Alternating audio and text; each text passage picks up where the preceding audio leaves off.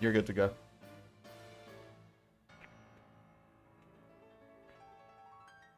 All right. So, hey guys, thanks for joining in today. As always, thanks to Royal for hosting the stream. I guess today we're going to go over some different hero replays I had. I'm going to try to get all three formats, those being TCG, OCG, and Master Duel. And hopefully, I get a chance to cover any questions you guys might have regarding the deck, the sequencing, the sighting patterns, and all that. But if I miss anything, just please leave them in the chat and I'll try to answer them as quick as I can. Okay, so like I said, we're mostly going to be looking at different replays against the meta. Since the max hero support isn't out yet in TCG or Master Duel, and for those asking, we do not know when those are going to be released.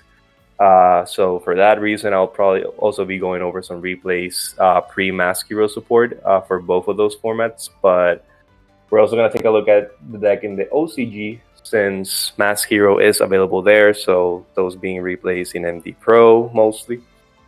And most of these replays will be going second. I guess just kind of trying to show how to bait out different disruption, how to play the field or break the opponent's board. But I'm also going to try to take a look at some going first replays as well. I think it's also important to kind of know how to properly sequence different plays, taking into account different hand traps or disruptions. And even though Hero is a fairly linear combo deck for the most part, you still need to know how to play around those certain hand traps, those being Ash, Veiler, Droll, Nib, Imperm, pretty much every single staple card that every single meta deck runs right now.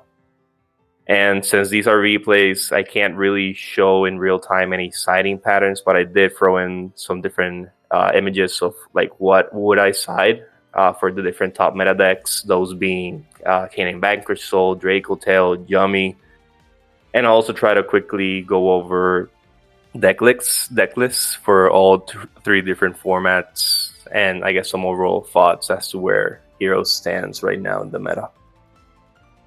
So from there, I think we can probably just move on to the different videos. I think I have 2, 4, 5, 6. So I have 6 different videos. I think these are like the more recent ones. I'm not gonna show all the replays. I'm just gonna go over some replays that I do think are worthwhile talking about, or at least show some different interactions or how you can play for the board.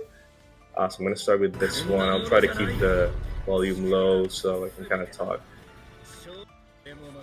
So while the replay goes on, I guess I just wanted to say, so for going second, one of the key things you should be doing is figuring out how you're going to play for the main disruptions. And what I mean by that is that you should already be familiar with what the top decks can do and what's the ceiling of those decks. So if you have any hand traps, you should feel comfortable knowing what are the choke points for each deck. For example, ashing or imperming the dual drive, Lancia in the draw phase to play around Marshall or TTT against Maliss. If Maliss goes for the Splash Mage and is locked out of summoning Apollo, knowing to hold the Ash and Binder summon from Banish. If you have 2 or more hand traps, how you can pair them together to actually impact the board, like Nip and Ash, for example. So let's say the Maliss opponent has Apollo and tries to summon Binder, you can chain Ash. Apollo will have to negate, so you can chain Nib, get rid of the board, and Binder also stays banished. Those are just 1 or 2 examples that can come up, but the real way to learn most of that is definitely through practice.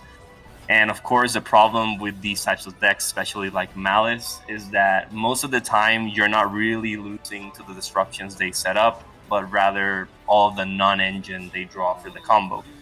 And sadly, that's also something you always need to consider when figuring out how to play the board. There will be some games that just might be unwinnable just because of the non-engine. Your opponent could maxi you, and they could simply draw into even more disruption or even droll you, which most of the time can just end the game right there. But if you don't draw the out to those cards, there's not really much you can do about it, besides just trying to play the board and break it as much as you can. So, for example, for this case, even before my turn starts, I should already be expecting, in the case of playing against Maliss, I should be expecting the 2 Apollo negates, the Disable Worm Spell and Trap negate, the Terahertz sending, maybe a Pack Bit, Soul, some type of disruption in my turn. the Firewall Dragon and the Singularity Spin Backs, the Cryptor Banish, the Binder Banish from Grave, the MTP Banish, and of course probably 2 or 3 more hand traps, probably like Ash, Imperm, Impulse. And having that full picture and kind of knowing what I'm going to probably be dealing with. Of course, there could also be a Maxi or a Droll ready to end the game, but it's a good thing that most of the time, this insane, like the Malice board they can put up, they usually just shotgun the Maxine draw phase. So, for example, I think in this particular replay, they don't have it. But usually most of the time they'll just shotgun it just because of the insane amount of destruction they have. So at least that's a good thing for this replay that we don't have to deal with it. So to start off, I already know that my current hand isn't enough to push through. So the first thing I'm thinking of, okay, I need talents to resolve because I need to draw 2. I need more gas. I need another hand trap. I think I need another push because this hand alone isn't enough to push through all the disruptions I mentioned before. So even though I need TTT to resolve, I know that I have to think about 2 things right now. So the only 2 ways, since they don't have, I think this was like an older replay. This was before the Ignister support. So right now, the only 2 real ways they have to stop TTT are the Save Worm and the Ash Blossom. So I need to start playing the board until they use both of those cards. So that's pretty much what I do here. Of course, I use the Imperm. They feel the need to stop that with the Save Worm, so I feel confident about that. At least the Save Worm's out of the way. Then I go directly for Ash. I see the for Hero Lives, they use Ash, so that now I'm feeling okay. So even though most people know not to Ash a hero, some folks still actually try to negate any board presence, especially since hero can snowball really quickly if it gets going. So from experience, I've noticed that a lot of people just try to negate any board presence, even though most people here already are familiar with the deck and know that, for example, a hero list is not a one card once per turn, or it's not even the ideal Ash. But you'll find yourself in situations where people will not play ideally to your board just because maybe 1, they're not familiar with the deck, or 2, as I said, they're just trying to negate any board presence. So let's keep going here.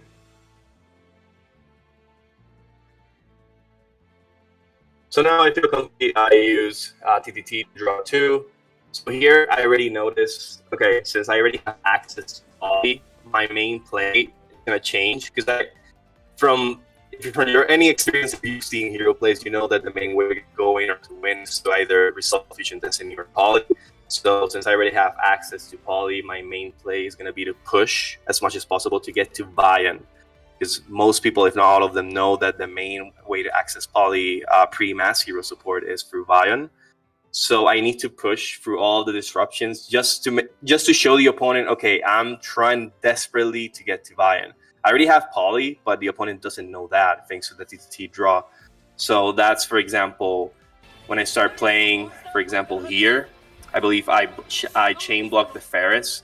So even though I didn't have to do it this way, I'm just trying to show the opponent, okay, I am protecting Ferris at all costs. I'm trying to get to Vi, and I'm just trying to bait out all the destructions here in that way, just to push the opponent to try to stop everything before I get to Vian.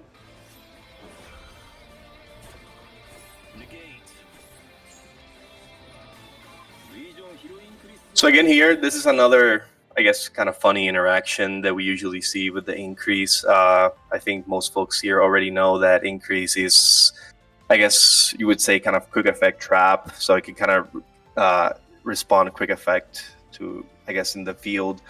But funny enough, people sometimes don't know that, and some interactions like this will happen, but they'll try to push the increase thinking that it's an ignition effect. Obviously, I get lucky in the fact that they wait. They don't wait for me to activate it before trying to chain spin it back, so that's good as well. They already went through Ash, so they only have to use Apple to negate the increase. So now I just go directly for the normal summon, just trying to grab a different attribute for the poly. Again, here I'm still doing the same thing, just trying to push, trying to grab different materials, and then I just whip out the poly. So from this board, I already know that my win con. So for this build, I was running Dark Contact. So I knew I was going for Neos Lord. So my main win con here wasn't even directly accessing Poly or going for Wake Up or Shining Neil's Wingman. I already knew he had GWC. He already had the March Hare as well. So this is going to be a full board with the White Rabbit MTP banish. He's going to probably banish a couple of names from Grave. That's the reason why I haven't used Fusion Destiny at this point yet. I needed to force out in any way I could the White Binder before he started banishing things from his grave and my grave. And he's going to have an 8,000 body on board once he uses the Terahertz. So I knew if I could go for Neil's Lord and still have a DPE on board, that should probably be enough for game, especially since they love to reduce their life points to activate all of their banished effects. Even though they do gain life points here, it doesn't really matter.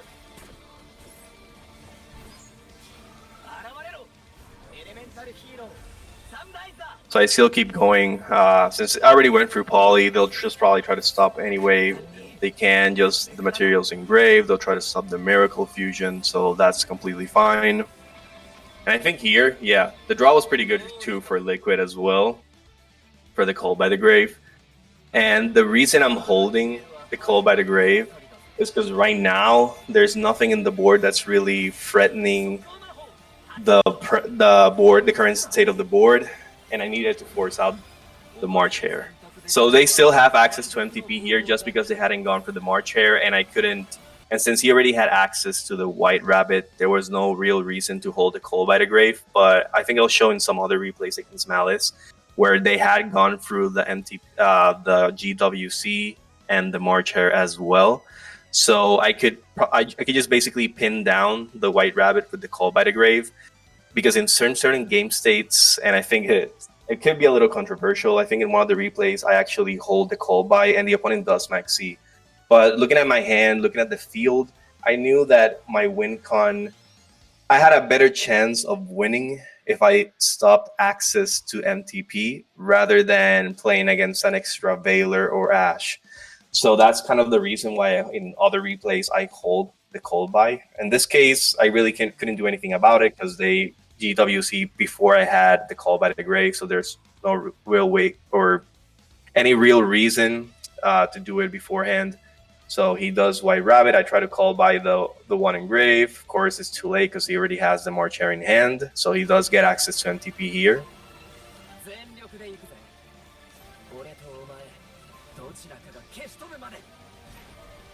Yeah, he already had Colossal and Grave, so I think in this replay the Terahertz send was irrelevant. But of course, usually, I mean, it depends on the build. A lot of people run different things for Terahertz and Maliss, but you could usually just expect like an Aggregator, a Pack Bit, a Code of Soul. Usually those are like the 3 cards if they run the Terahertz package. And here, since the monster was into a grave, pointing to the Singularity pointed to, he could also bring back the Firewall Dragon for another spin back as well. So here, I knew I needed to force that out. So the obvious answer was Absolute Zero. He has to spin here because if I do anything like link it off or anything like that, all of his monsters get popped. And the only way that this doesn't get triggered is if it goes back into the extra deck. It doesn't matter if it gets banished, goes to the grave, blah, blah, blah. It still activates. So that's an obvious interaction that he has to respond to. So now, like I said, I think the only disruption missing is the Cryptor, if I'm not mistaken, and maybe the Terahertz. So here now I just need to go for the play of getting access to a Dusted and still having DP on board. So I just wait to chain for Cryptor to make sure he doesn't get banished. And from here on out, I feel like it should be pretty straightforward. Just cross, grab what you need, and then go for game. So even though he did use the V or U link, whatever it's called, he still has downward pointing arrows, so I could still go for cross here, no problem. And like I said, I still wanted DP on board because even if I snatch stealed the Terahertz, it wasn't going to be enough. So that's why I had to make sure the DP wasn't banished or anything like that. And then here, just grab Dark Contact and snatch steal.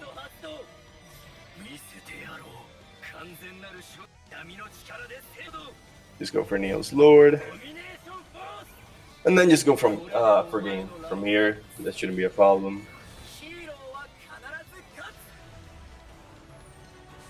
So yeah, I think this replay it's a little older because it isn't against the Ignition support, but I think it's good because it kind of shows what I try to. I kind of shows my thought process overall when I'm trying to break the board. As in, I try to see how much engine or non-engine I have. I try to see, okay, what's my win con and what can or can't I push through. For example, I was talking about the called by interaction with the White Rabbit.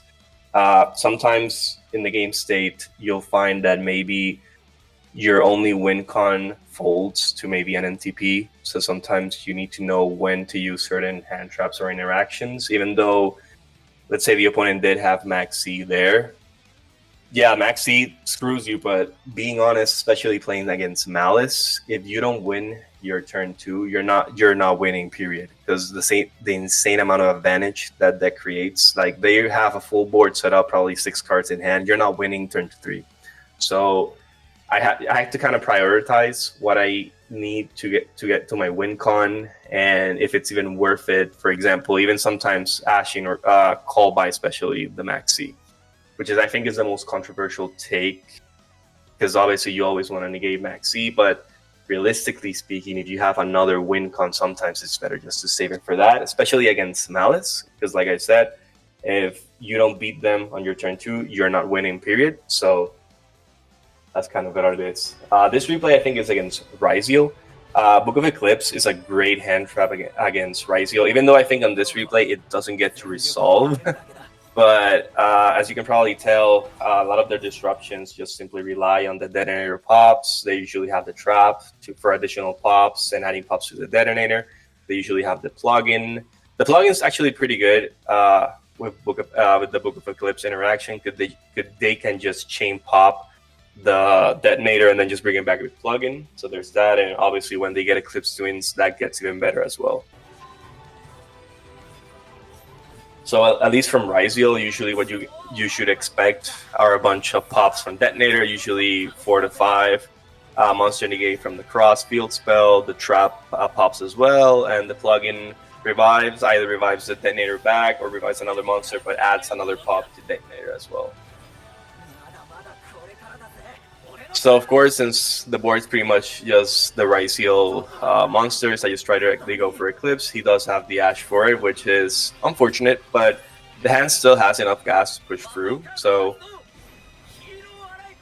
here he tries to pop the Stratos, and it's like actually a good thing that he lets me get to Blast, because even though he probably doesn't know the Blast interaction, he could usually deal at least with 2 interactions or disruptions, since, well, it activates to get popped, or for example in this case where he just tries to use Imperm, this at least deals with 2 or even like 3 interactions depending on the game state. But if he didn't do anything whatsoever, at least Blast can deal with one of the back rows, even if it gets popped later. Of course, if it gets popped, then that's great, because it also deals with an additional pop, and I don't need Blast on board whatsoever. So its main reason is just to quick effect bounce one of the spell and trap cards, or at least force them out. So that's great for Blast here. And of course, since I targeted the plugin, he's forced to use it. That still just gets an additional pop to detonator as well.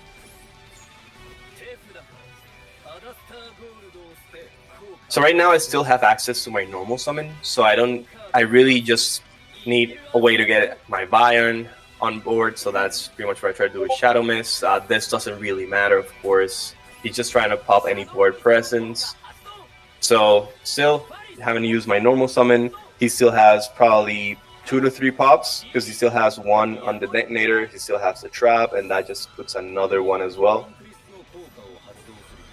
So here he plays it correctly. He does wait for the increased chain to pop it, and plus adds another chain back.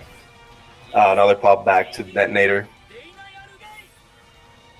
So from here, I think pretty much all of the disruptions are wasted. So I think there's not a lot much to say at this point. You just go standard lines, just go for cross, add Vion and all that. So we can kind of skim through this as well. Since I had not access to normal summon, of course, go to Vion, and every time I see, and I think this probably happens to a lot of your players as well, if you see 2 or more monsters in attack position. I'm of course thinking Trinity or Wake Up. I think those are usually the 2 easier win cons against monsters that are left in attack position. For this one in particular, I needed, since there were only 2 monsters, I could go for Trinity, but if I didn't have DPE on board, it wouldn't be game because of the damage. So in this particular case, since I don't have access to both Trinity and DPE, the easier route is just go directly into Wake Up, since I already have Blast in the graveyard, so that would be 2 attacks. This doesn't matter either. I think he's going here for Typhon, which of course doesn't stop any of the plays we're doing now. What actually would be kind of problematic, I think that would have just pretty much stopped me right there, was if, for example, he has another main deck Ryzeal on board. He could use the trap and go for Baguska, and in that case, then yeah, we just lose. Like, there's nothing you can do there. So here we just keep pushing on.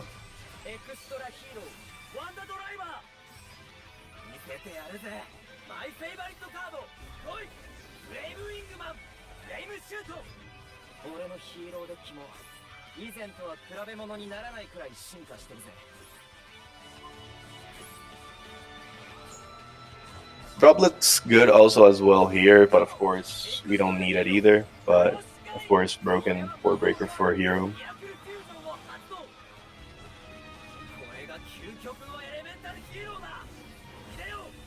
And here we just go directly for game.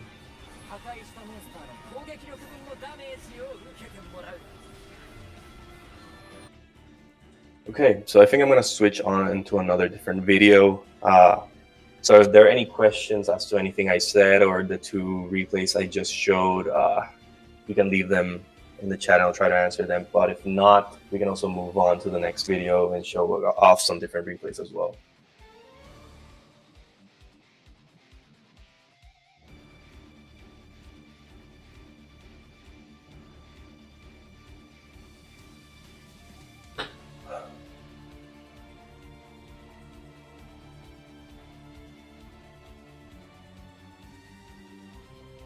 Okay, then let's keep going. For this one, I think I'm going to show off the first replay. So spoiler, it's also Maliss. How often do you find yourself going second? I want to say this last season wasn't really too bad. I feel like I won a lot of coin tosses, but I feel like it really, of course, it's Master Duel. It varies highly. Like, there are some days where you just go second all day. Some days you just win the coin flip 50-50, and then some days it's just nutty and you find yourself winning every single coin toss. So yeah, I want to say overall it should be 50-50 for me. I don't feel like it really goes either way, but it kind of does feel that way just some days. Like, there are some days that I just try to log in to Master Duel and I go second or lose a coin flip every single time, which sucks ass, and I just don't want to play. But again, like, and then next day I just, like, if I get tilted, I just like stop right there, try to go and try to play another day, and then it doesn't feel as bad. So I want to say objectively speaking, it is 50-50, but sometimes, like I said, it just doesn't feel that way. So yeah, like I said, there's going to be a lot of Maliss, because there is a lot of Maliss in Master Duel, especially with the Ignister support. So this game, I wanted to show it off because I feel like it's a perfect example of how to hold your hand traps. And for the case of Maliss, I already talked about how most of the time it's not even the Binder banish, but rather the Cryptor coming back or the MTP banish. So you'll see that despite all of the opportunities I had, I mean, I'm not gonna try to spoil it, but yeah, I guess we have Called By here, and I think I draw Impulse. I saved those 2 cards for the GWC and to change the March Hare to Call By the Rabbit, which is what I was kind of saying of how to pair your hand traps. Because I think in this replay, I'm kind of sure that the opponent does Max Z, and this is the example I was talking about where, yes, Max Z sucks, but let me just kind of go forward. So at this point, my opponent has GWC, so he's going to get to bring back all of his monsters. He has 5 cards in hand. He's probably going to draw into a 6th card with the Binder. He's going to draw his 7th card in his turn 3. So if I don't win this turn, I'm not winning, period. So that's kind of something I'm already thinking about when I'm trying to break the board, is if, okay, can I survive the turn? If I don't win this turn, can I survive the next turn? And against Maliss, 99.9% of the time, the answer is no. So even though the opponent does max C here, I'm not really too worried about it. Because, oh, actually not here. What the fuck am I talking about? Okay, maybe it's later. I think it goes after he ashes this. I think I go for the TTT draw. He doesn't have... Yep. He already has Ash. He went through the save worm. And now we get Impulsed, OG.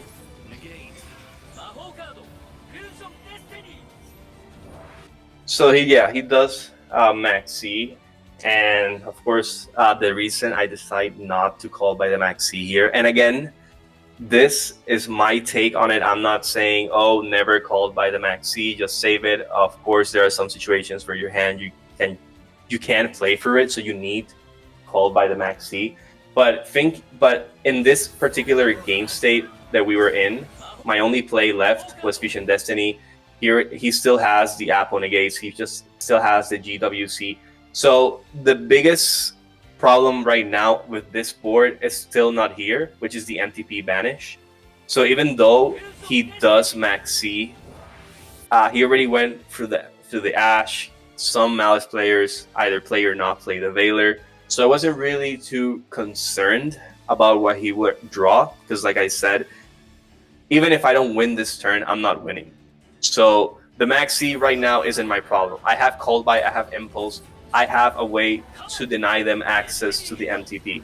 So that's kind of what I'm thinking about right there. So here, of course, I impulse the GWC, and at this point, even if they have March Hare or they draw into it, it doesn't matter, because it's pinned down by the Call by the Grave. And that's what I was kind of talking about, because here, great, I impulse the GWC. But if I used Call by on the max C and he had a March Hare in hand, I just die, because he still has access to MTP. So that's the main reason I don't use it here. And again, I'm not saying do not use Call by the Grave or Ash on max C. Of course, do it. 99% of the time, I will do it. I'm just saying for this particular case, and my overall thought process was, my lose con is MTP. I need to stop MTP access any way that I can, even if it means letting max C resolve. Here I just try to, of course, bait out one of the disruptions in the Apple, goes through. At this point, yeah, he doesn't need to negate this, but at that point, since DPE is still on board, we kind of have the Apple pinned down as well, because when these go back to the grave, with the attack reduction from DPE, he can't really activate Apple. So as long as we maintain DPE on board, that's not really a problem.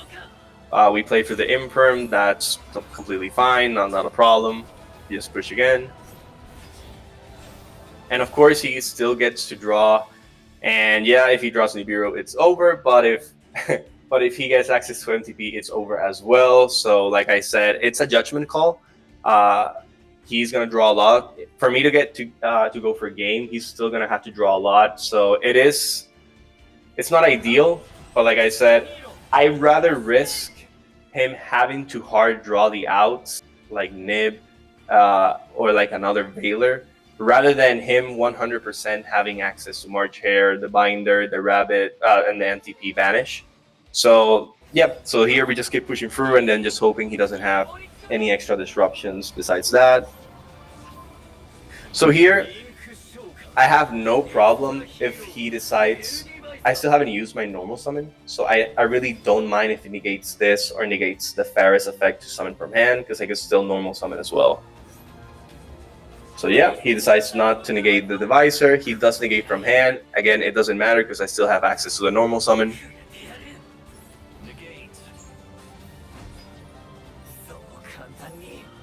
I think here he sends Backbit, which of course isn't the great timing.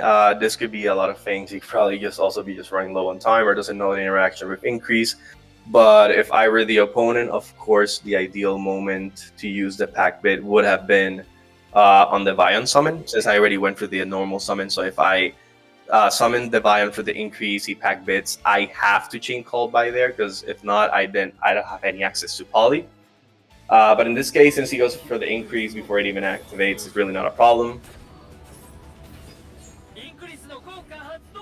So here, like I said, he has the March Hare, and like I said, this is the perfect. I don't even bother banishing the white binder, because again, binder right now is not the problem. Like I don't mind.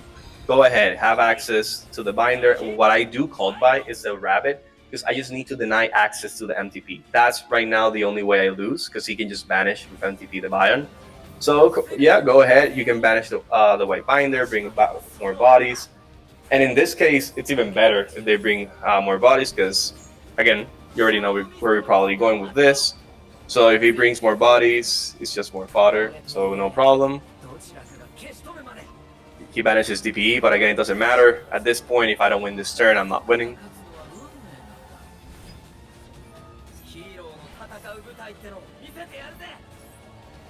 He already went for Rash, so I'm feeling comfy that I get to use the Vion. I have no problems getting access to Poly. And like I said, even better that they wait for the white binder. That's why I also didn't really mind if they banished the white binder off of the March Hare interaction, because they want to bring more bodies. They want to have a full board, full hand for turn 3, but of course we're not going to let them get to turn 3. And then of course just go directly with Trinity for game.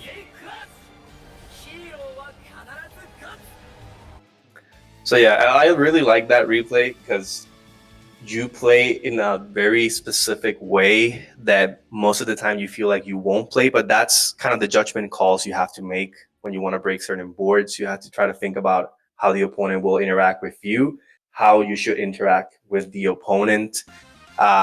I'll say it again, their interaction with the Called by the Grave and the White Rabbit. Even myself, I'll 99% of the time will use Called by on Max C, because we are a combo deck. We're going to special summon a heck ton. But with that game state that we were in, Max C didn't matter. It's not that it didn't matter, but I would rather risk them drawing the out, draw the Nibro. If you want to draw the out, draw it. But I'd rather that than they for sure 100% have access to the March Hare, to the White Rabbit, to the MTP. And it doesn't matter if I played through everything perfectly. Once I get to Vion, they just, okay, March Hare, let's bring back the White Rabbit, MTP, banish the Vion. I lose. So I would rather them have to draw the out than 100% have it. So that was kind of my thought process for that specific replay. I think this replay is going first. I think we can go show off a going first replay.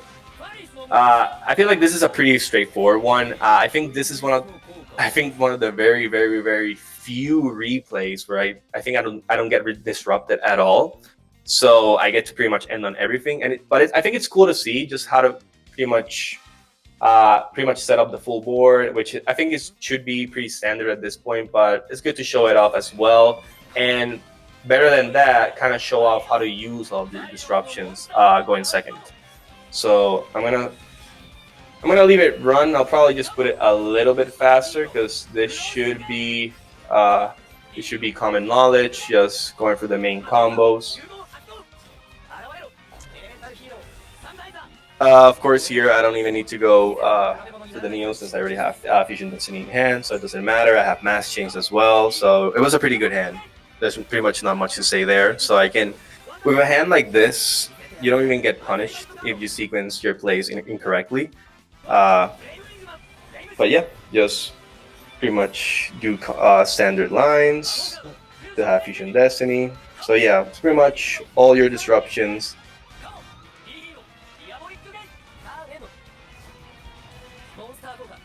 Plus Max C, which is pretty nutty, but of course, for those who maybe don't know, our disruptions are pretty much the Dark Law, the Shiny Neos Wingman pops, the DPE non-target pop. We have a Sunrise, which actually does become a play here as well, or relevant in the battle phase. If they attack another hero, it target pops as well. We have Impulse because I was running Impulse in this build, which is also pretty good against Branded. So here, I didn't even bother interacting with this because I already have Mass Change, so I kind of do want them to pretty much use all their resources or banish them. So here, I pretty much stay put with the Dark Law because I don't really have to do anything else. They just pretty much start banishing everything, and that's completely fine. Which is kind of cool that I also draw Ash, which is kind of funny. I actually don't use Ash on the Branded Fusion, as you'll see in a second, because I'm kind of forced to use it soon. But yeah, here, in case some folks don't know, even if I wasn't even worried about this, because even if he went to Mirror Jade, as long as Dark Law is on the field, Mirror Jade can't even activate because it has to send to the graveyard for cost. So not even Mirror Jade was a problem in this particular game state.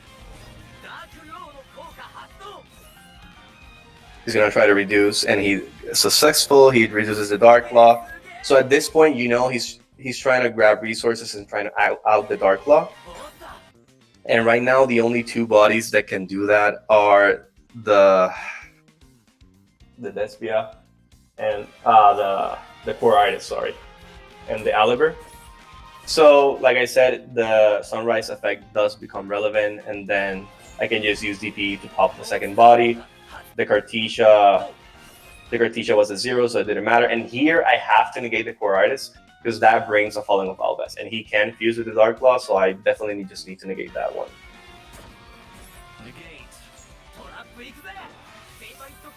Here, it's funny that he drew the nuts because he, spoiler, he does have Branded Fusion here, but not even thinking about what was the last card. I knew I had to get rid of. Besides also just having a bunch of advantage at this point. But I do figure that I have to get rid of Loss because, of course, of the Loss interaction where if he gets to fuse, I pretty much can respond to anything. So I'm feeling sure or I'm feeling secure that I do have Impulse for like the last card, like worst case if it's Branded Fusion, which it is. So I just get rid of everything else at that point. Yeah, that should be game, of course. So yeah, like I said, that was a neat replay because, of course, not really that crazy. I don't get disrupted whatsoever going first, but just kind of showing off when or how to use the disruptions you do have available. Like I said, in that particular case, Dark Law, it was a priority for me to keep Dark Law on board just to make sure they got rid of all of their resources. The Cartesia, the Branded Fusions, usually they have a lot of ways to recycle those cards, so getting them all banished was kind of crucial in that case. And of course, he drew the nuts as well. So yeah, that's pretty much it for that replay. I think I'm gonna probably hop on to another video. So at this point, are there any questions as to the replays we just saw, or any general questions? I know I haven't gone through a lot of stuff, but I will get to them in the next video, in the next different replays. I guess. Do you want to go over running Impulse in the hero deck? Since I think, I'm not sure who's here, but I think it's probably something to talk about. Yeah, I can talk a little bit about it. I take no credit whatsoever for that idea. It was actually Blake Hero who brought it up. I think a friend of his told him, and he's also been trying it out as well. I think it's a very interesting concept. For those who don't know, I think I can actually pull it up here one sec. The main problem with running Dominus Impulse in a deck like Hero is that it kind of locks you out of Light, Earth, and Wind, which for Hero it is relevant. Stratos is Wind. Most of our boss monsters are Light. Even Infernal Rage is Wind. Sunrise is Light. Shining Neil's Wingman is Light. So the biggest risk of using a card like Dominus Impulse is that, of course, if you use it from the hand, you kind of get locked out of all of those options. So your strategy at that point kind of becomes a more control, DPE, Trinity type of gameplay, or Dark Law control. The reason I tested it out and actually found myself seeing some success with it, it's not, like I said in previous videos, it's not like the greatest tech ever for Hero. It's not game-changing or game-breaking. But in the current format where we have Maliss pretty much at tier 0. Dominus Impulse is a great card. So being able to use it in key moments, for example, like in the Binder Banish, or even to stop maybe their one and only play, I think it's nutty, and I think it is kind of worth it. I do have different deck lists, so sometimes I play, sometimes I don't.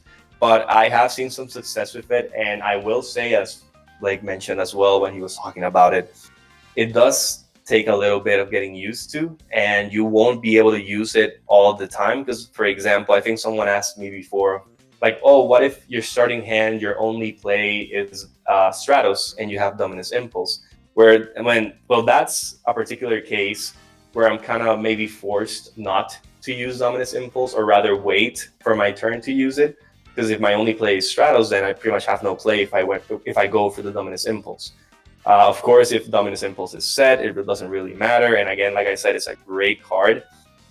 But like I said, it does take a little bit of getting used to, because you have to sequence your plays a little differently, or try to prioritize what you want to do. I think in one of the replays that I do use Impulse, I think one of the ones I showed right now, I do use Impulse on my turn, but I already went through the Stratos or any like Light Earth Wind monsters that I was going to use that turn, so it didn't matter. So it also kind of impacts when you're going to use it as well. So to recap, it's a great card, especially in this format. It's not the greatest tech card in Hero, but it is an option to consider, especially if all you're seeing is Maliss in the ladder, for example.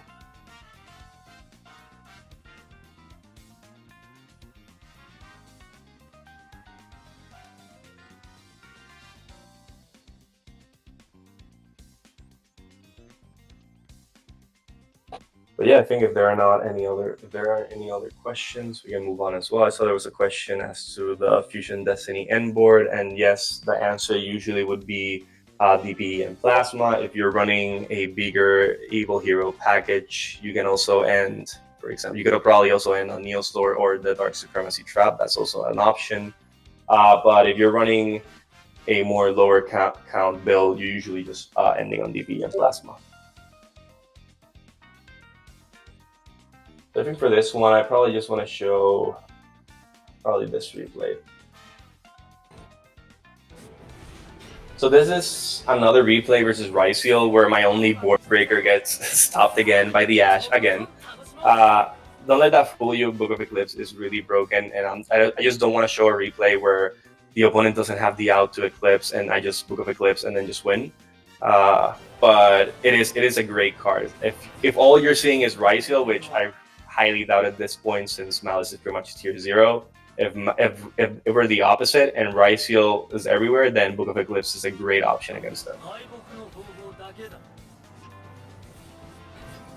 But yeah, in this case, now that we were talking about Impulse, I wanted to kind of show this off, because now, since I already went through the Impulse, I'm kind of locked out, and I have to sequence my plays a little differently.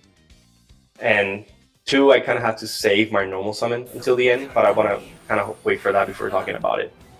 But yeah, he's pretty much going to end on the standard board with the Detonator, the Cross, and the Trap. So yeah, this should be pretty straightforward as for the opponent's side.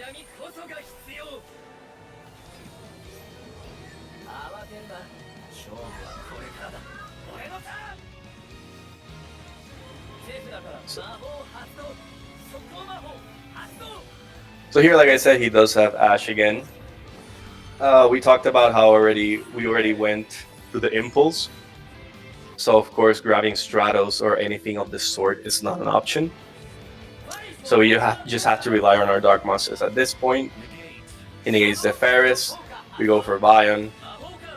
Here, I'm definitely saving the normal summon.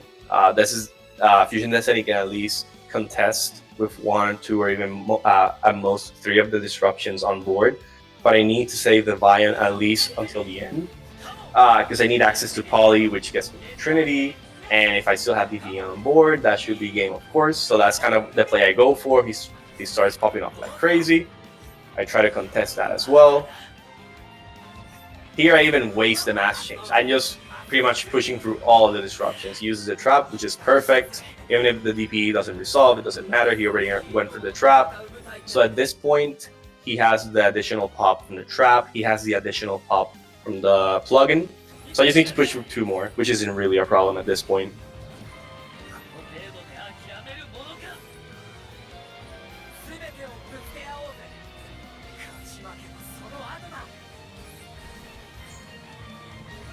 Again, at this point, this should also be pretty straightforward as well.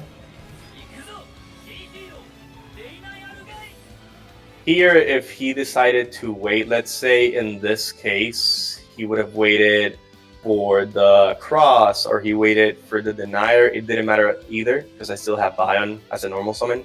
But he does waste it here. It wasn't an optimal pop, but it was, in this particular case, it really wasn't relevant. I still have an extra Mali, I still had the Bion, I had the 3rd body for, so it wasn't really relevant in this case. But of course, since he does use it optimally, I still have access to DP as well, which is a plus.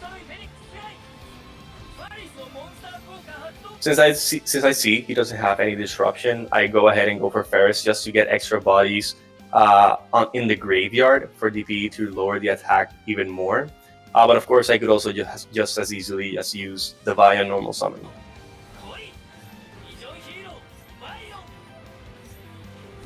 And then just at this point, it's just Trinity for game.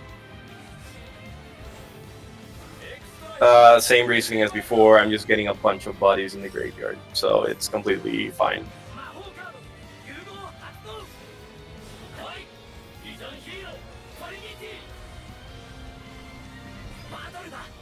And that's this game.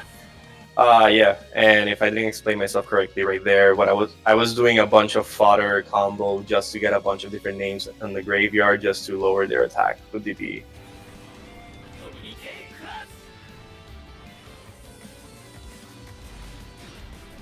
I think that's a good replay, just kind of breaking that board and kind of showing off how Impulse kind of impacts your plays a little bit. Let's do something different now. Let's just move on to OCG. So that was pretty much Master Duel. Actually, this would be a good point. If anyone has any Master Duel related questions, now would be a good time to go through them, because now I'm gonna switch to ND Pro, so that's OCG format. We'll be seeing the Mask Hero support, and we're gonna have to also see how the extra push from Dusk Pro and Furnace actually come into play. So Master Duel, Pre-Mask Hero, Tier 0 Maliss, if there's any questions regarding that, now's a good time to get to them.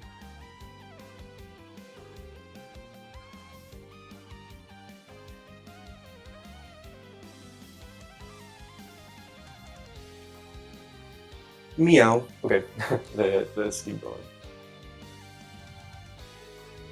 So I think I'm gonna show 3 different videos for OCG format. I think I'm gonna start around here with Mitsurugi Ryzeal. This replay, I'll just say, I think, is it this one? Yeah.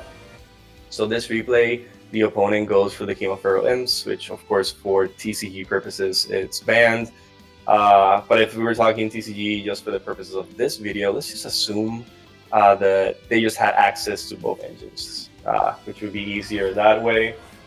Of course, I'm talking about the Mitsu and the Ryzeal engines, so we're just gonna let them pop off, no problem. We have no disruption on our end. So at this point, same for when we have cards like Droplet. We usually have 1 or 2 cards that serve as discard fodder. Here's a prime example. Right now, Favorite Contact's dead. We want Mali Engrave. So Eva Assault really doesn't affect us whatsoever. They usually end on a Murakumo. That also won't affect us because if we need to discard, we have to discard fodder for that as well. So for this board, you should be expecting the usual suspects. You'll have a bunch of Detonator Pops. You'll have the Field Spell Monster Negate. You'll have the Murakumo Raigeki if it comes from the grave. You'll have, I think in this case, they run the trap, the Mitsu trap. Plus any other maybe hand traps like Ash, Imperm, stuff like that. That's usually what I'm expecting when I'm just letting him go through the unskippable cutscene. So yeah, let's just wait it out. Of course, they have Eclipse there, so that's where we're seeing it right now.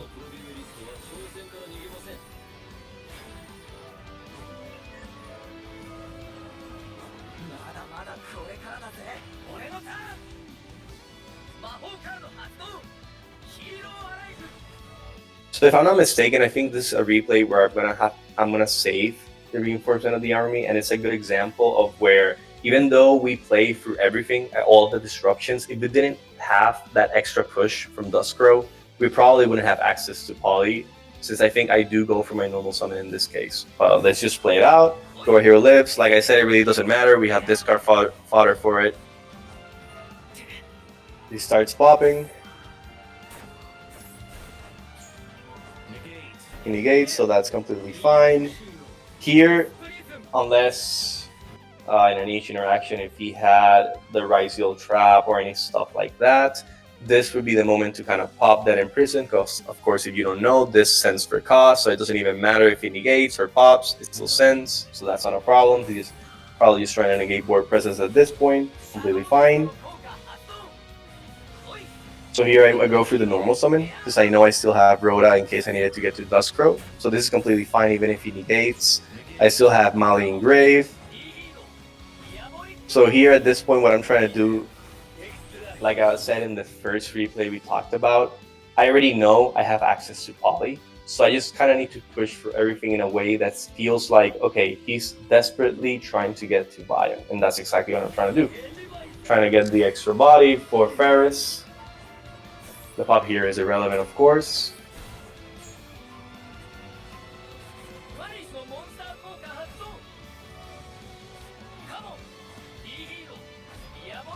Here, since I already know he has the trap, I'm trying to bait out the trap just before using increase, which of course is better well spent on the increase, of course, but he does let it resolve, so that's not a problem either. But since he tributed the Mirakumo, that's of course where the problem comes in, because I have to chain increase. That means this is pretty much a Raigeki on the full board, and I already went for my normal summon, right? So once this resolves, if I don't have the extra push from Duskgrow, then that's pretty much GG. But we do have access. So at this point, it's pretty straightforward. Just kind of push for lethal. For lethal, just using either Shining Nails, Wingman, or Wake Up at this point. Bunch of monsters in attack position, could also be Trinity, but they're pretty much all high stats, so I think it's usually better when they're like higher stat just to go for Wake Up or Shining Nails, Wingman in this case. Here I went for another Furnace because I wanted 2 different attributes for Sunrise, but realistically it could have been any other card, doesn't really matter. Plus I also get the extra body from Furnace as well.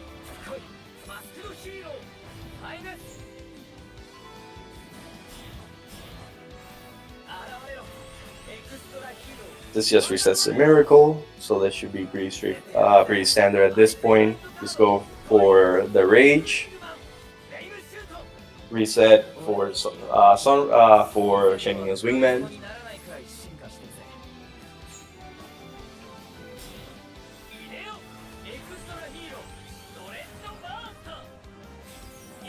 For the overkill, we got Dread, and then just go directly. And of course, Wake Up was here, so you can go either or at this point.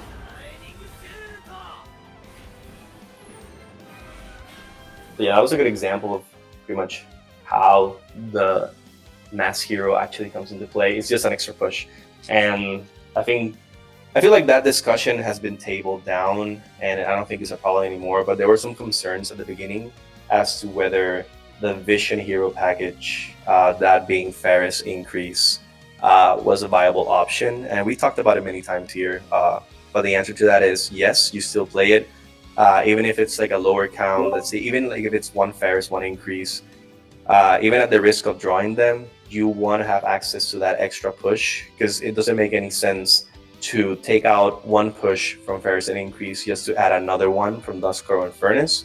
You can't just kind of you're doing a net gain there, not really changing anything about the deck.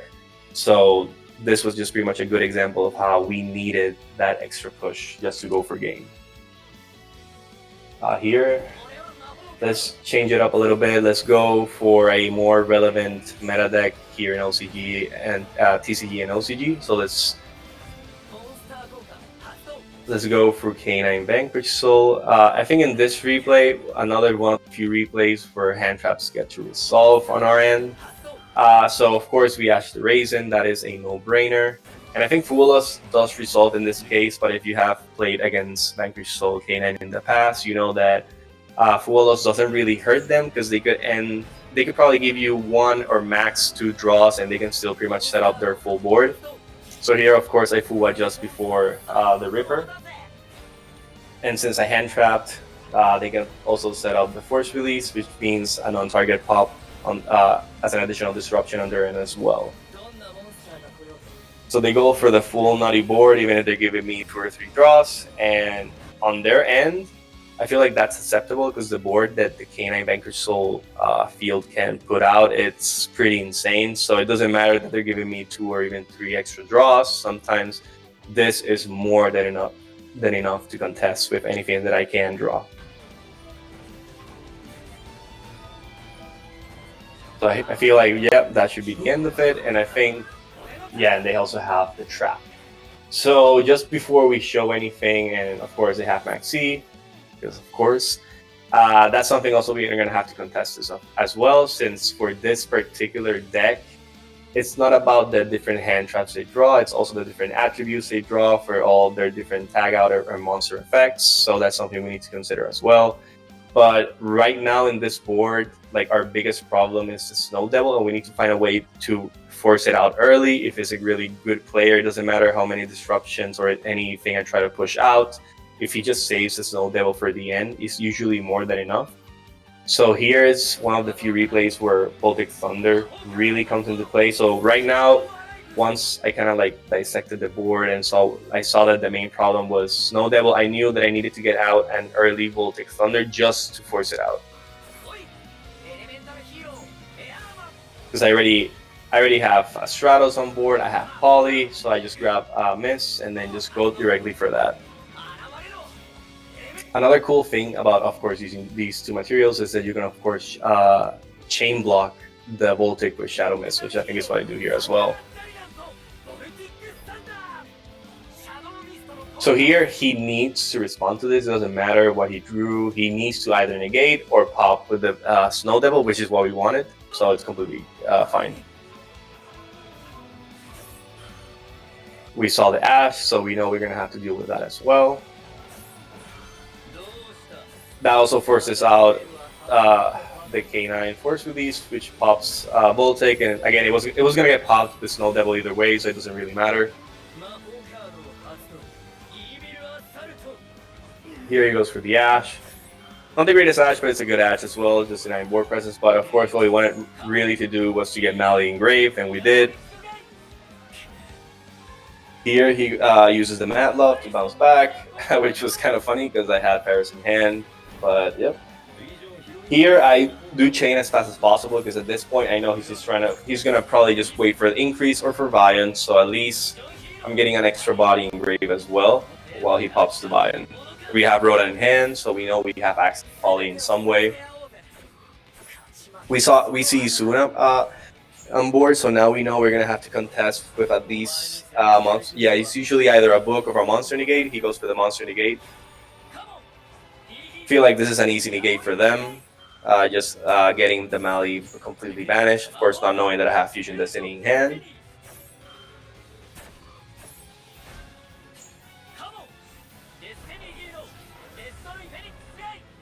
So now at this point, we pretty much just have to contest with 1 or 2 more extra disruptions at this point.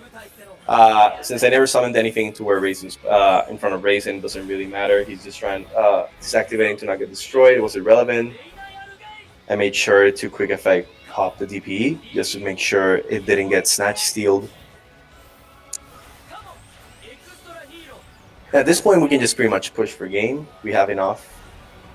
So just bring back the DPE. And then, same as before, any access or any way to get to Duskrow, we have that. We don't even need the normal summon, of course, because of this activated effect. Grab Poly, and then just push for game right there.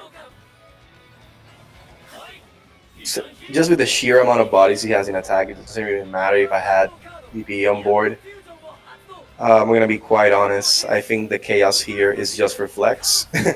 Chaos here really doesn't do anything. Yeah, the negating that really didn't matter.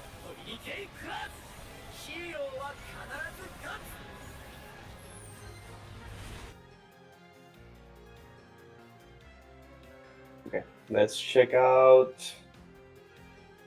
Let's check out. Actually, let's check out this match as well. I think this is a good match as well. So in this case, the opponent has Maxi again, and of course, no brainer. We do Maxi, we do called by the Maxi in this case. Of course, our biggest risk right now would be getting rolled. But the good thing about this hand is that we already have access to Dark Claw. So worst case, if we get rolled, we can still play in a more mid-range style play, just Dark Claw control. And here the opponent, of course, drew the nuts, so he had the Maxi, he's going for the Izuna play. He also had the Holy Su. So at this point, the good thing about having Book of Eclipse is that can contest the Quick Effect XC, so that's pretty much what we're going to hold it for. No real reason to use it either before or after. And at this point, we should be pretty much safe. The good thing about having increase in the mass change or any darks for that matter is, I think it happens here. Yes, he also has one last disruption, and we have the mass change for that. I would say that on their end, even though we had a mass change, the more opportune time to use the Veiler would have been on the Vion. Because in this case, I still have access to the Vion. I can still grab Holly. But if they had waited to use the Veiler on the Vion, since I want to dodge, I have to use mass change on Vion, and then at that point, I don't have the Vion on board to grab Poly. I do have my normal yet, so I would have gone into it either way. But it would have been, if I didn't have, or I would have used my normal summon, it would have been more inconvenient. So that's just like a little detail that he could have saved that Veiler for instead of the increase in Vion. So from here on, since we pretty much played through all the instructions, it's just kind of freestyle and play. I already know, since I have Poly, I have Stratos, I already know that these is allowed to contest with next turn, so I know I want to go for Voltic Thunder, which is going to wipe my board as well. But besides that, I'm thinking after that, I pretty much want to set up maybe 2 Chaos, maybe set up a DP, try to contest with the remaining card in hand, which we know it's Raisin, and anything to draw.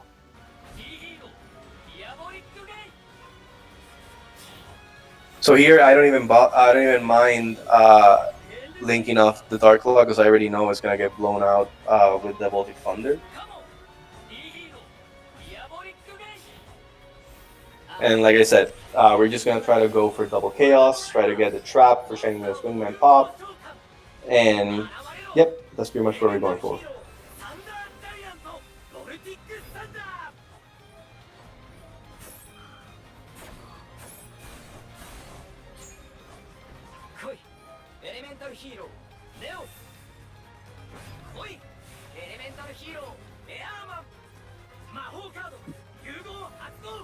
From here, it should be pretty straightforward. We're just going for the trap, the Sunriser plays. We have Duskrow. So we know we get access to Contrast Hero Chaos thanks to Miracle Fusion. So we get the first copy, and then we can just use the same materials with Miracle Fusion for the second one. Of course, you gotta sequence this differently. This is just the end board I wanted to end on, and it's not the standard board you want to end up going first. The only reason I'm going for this end board is just because of the game state. He pretty much went through almost all of his cards, so I just need to contest the Raisin and the top deck. But in any other scenario, unless you had full combo, 2-card combo, you just end on 1 Chaos, but you want to end on the same board as before. You want to have the favorite contact for Shining Neos Wingman Pop. You want to have the DPE. You want to have Miss or a Dark with Mass Change for Dark Law. But in this particular game state, that's the only reason why I'm going for double Chaos, just to attest the 2 cards, and then just blow them up with Shining Neos Wingman. So in here, I'm just shotgunning it because it doesn't really matter. And then I don't even have to wait for them to go to Typhon, just go Shining Neos Wingman and pop.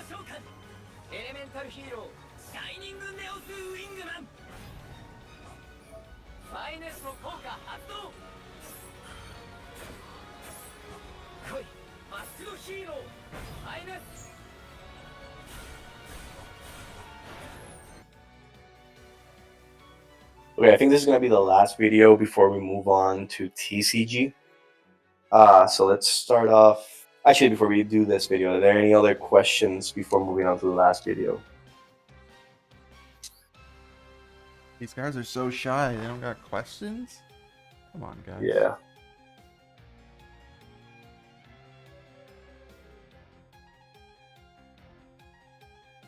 Yeah, also, if you guys want me to kind of maybe expand on something more, talking isn't really my strong suit, but I'm trying here to pretty much explain my overall explain my overall thought process, at least in every single one of those replays, because I feel like more relevant and not maybe the standard, or either I have like the droplet to break the full board, or just go interrupted, just trying to show off like different interactions or scenarios against the top dogs of the meta right now.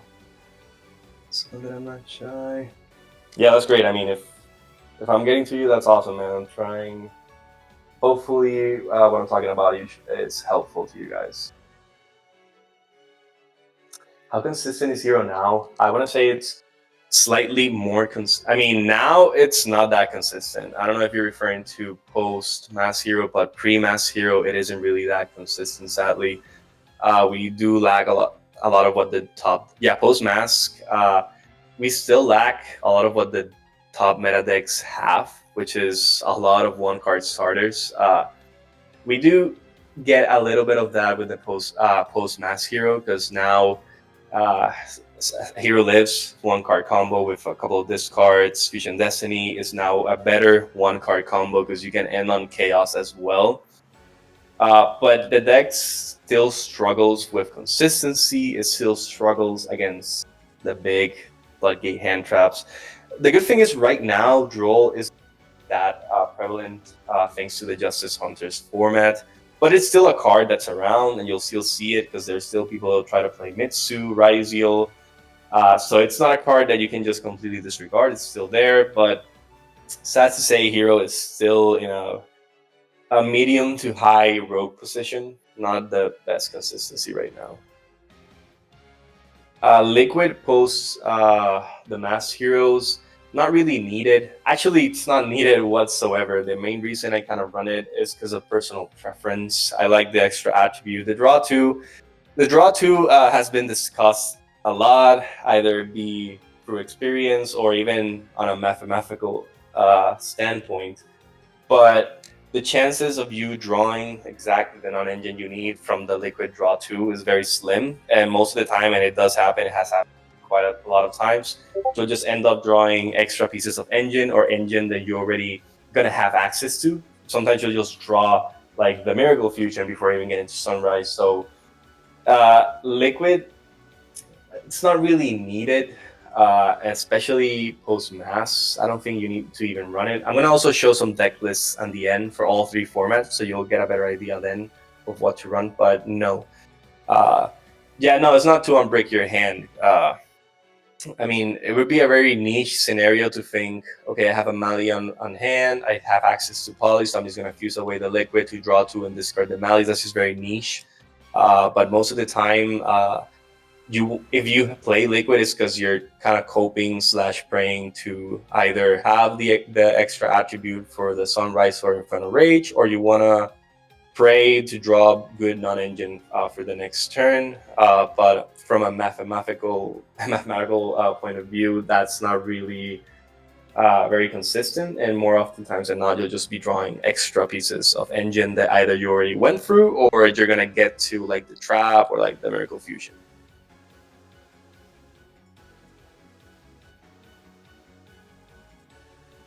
Yeah, let's go on to the last one. So here, let's go against the top dog right now, which is Yummy. Have no disruption. So for those of you who don't know, I'm gonna try to explain pretty much all the disruptions they do end up on, which are a lot. And Yummy's a very interesting type of combo deck because it's not that necessarily their disruptions are layered, but rather that it's a lot of I think the words reactive interactions, plus the sheer high amount of hand traps they get to run as well. So you have to consider a lot more than just what's on the field / graveyard, because usually it's not unbreakable. You'll have the Cookie Synchro Book of Moon, the Cookie main deck pop. You'll have the Lollipop main deck either shuffle back or banish. You'll have Herald. Right now in TCG it's only going to be one Herald, but OCG it's 2 Heralds. You'll have the Surprise to either revive in case they need to, or to stand back 2 of your cards. And with the plethora of, and that Croaky Pop as well, but also with the plethora of hand traps they do play, you'll need to be expecting at least 3 more hand traps, just like Ash, Imperm, Purge. They get to run Purge as well. So it's not the craziest deck, but just for the sheer amount of hand traps they do get to run, it could be overwhelming a lot of the times. And since the Herald is also a mini floodgate, that also kind of hurts us as well. So it should be obvious that the cold buy is going to be saved for the Herald in this case. I'm not thinking about anything else. I already know they have Surprise as well, so it doesn't even matter if I try to either chain cold buy to the Snatchy, to one of the Snatchies engraved, to one of the Synchros. They can just quick effect revive with Surprise. So the cold buy needs to be saved for Herald in this case. So here we go for Stratos. We try to start pushing through. And then here, when he starts tagging out, he does use Imperm, and I use Mass Change. He does use Herald here. You could argue it's maybe not the greatest negate for Herald, although, like I said earlier, Blast is a pretty good card, all things considered, since he can attest with at least 2 or max 3 other disruptions on board. Even if it gets blown out in the process, it doesn't really matter. It's not an M-board piece or anything like that. So it's not the worst negate, and of course we do have the cold buy as well for it, so that's pretty good as well. And even in the case that I had another way to negate Herald, they can always just make a second Herald if they wanted to. So it's for them at that point, before seeing the call buy, it wasn't really a huge deal, since they can always just go to the second one as well. And since I already have Duskrow in hand, I have pretty much 3 different plays before getting to Duskrow. So, like I said, they have a sheer huge amount of disruption. So now at this point, I'm not going to say it's freestyle, but I'm going to just pretty much blindly push through all the disruptions. There's nothing much I can do. I have Ferris to say Miss grabs me another body. I have a Dusted, which grabbing Evil Assault can either pitch that body, which probably being a Mally, and try to sheer brute force through all the disruptions on board, which are the ones that I stated earlier. Right now, I think he's going for the pop and setting up the Afroki. Yep.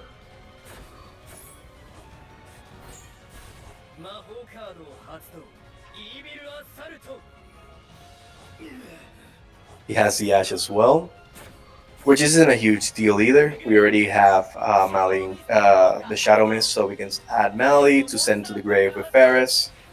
Now he's gonna quick effect. I think this quick effect is just to use the Akroki. Yeah, because Cupsy of course just adds here, doesn't really do anything in terms of disruption. So I think at this point, and it's one of the reasons before he brings out the Lollipop, that's one of the remaining disruptions he has. So I know I need to get Mally out of the grave before that, or before they quick sync, or before they tag out. So that's exactly what I do.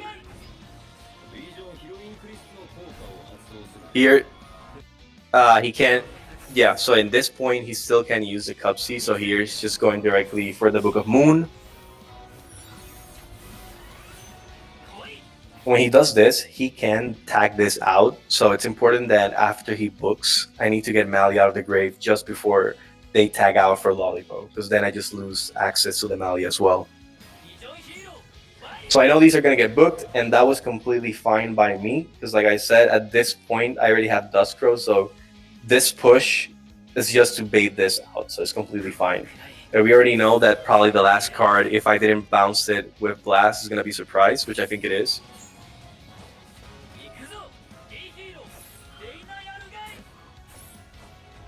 So here he brings Lollipop back. And at this point, besides the Lollipop banish, the only real disruption I think he has left is the surprise. Because if I'm not mistaken, since he can't go into another Herald, this just goes into Lollipop and then just brings back extra bodies for turn 3.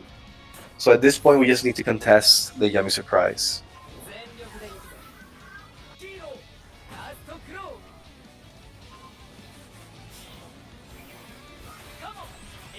I think he uses Surprise here, which I can understand why. He just wanted to deny me the extra surge, thinking that if he bounces this back, it doesn't even matter. But of course, Furnace grabs me the poly, and I'll have an extra body in hand thanks to this, even if it quick sinks.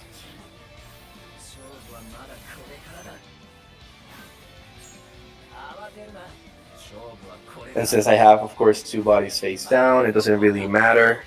I have the extra attribute. So at this point, it's kind of awkward because I don't have actually a lot of bodies in grave. And I do know that I have to go for a wake up for game, so I actually do kind of something funny here. I'll do it in a second. But yeah, the standard, grab Miracle. I need the extra push from Furnace as well because I need the body. I think I go here for Divisor, which is kind of the funny. No, Wonder Driver, and then we go for a Divisor. So here we go, just to get an extra fusion body for a wake up.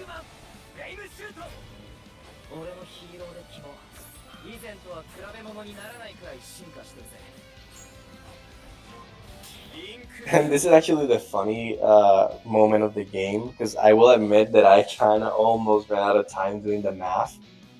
Because the problem here is that pretty much almost all of his bodies are in defense position. So even if I destroy them with Wake Up, they'll deal like very minimal damage. And even if I banish a bunch of monsters and get big damage on the Snatchy, it might not be enough. So funny enough, for this exact setup, after doing the math, I did need the Neo's normal summon for exact game, which is kind of funny. But yeah, sometimes I mean, I would have probably just raw dogged it as well. I would have probably done it either way game because I was pretty much screwed at that point. I would just have Shenny Neo's Wingman for the follow-up.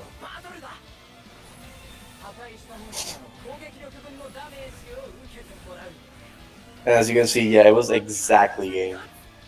So that was kind of funny.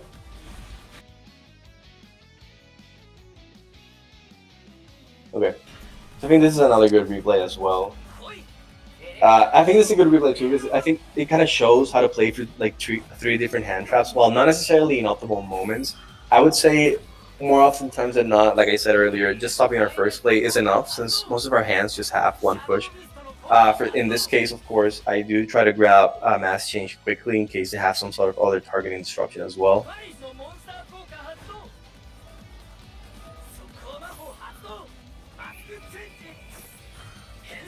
So of course we dodge the targeting negate, and I think it does have one final disruption, which comes here.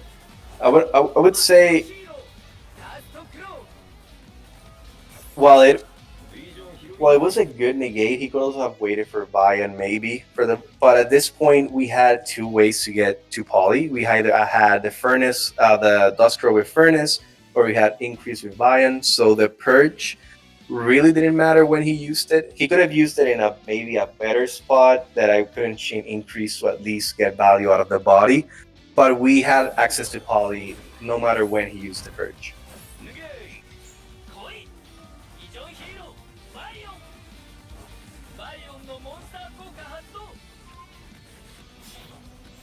So here I think we can skim through this. This is just standard combo lines, just trying to get to Inferno Rage, the trap, reset the poly. I will say, I don't think this is talked about too often either, but there are some cases depending on, because I think someone asked about managing resources, at least with the lower count, since you don't have access to Dark Supremacy, you can't really recycle a lot of your cards.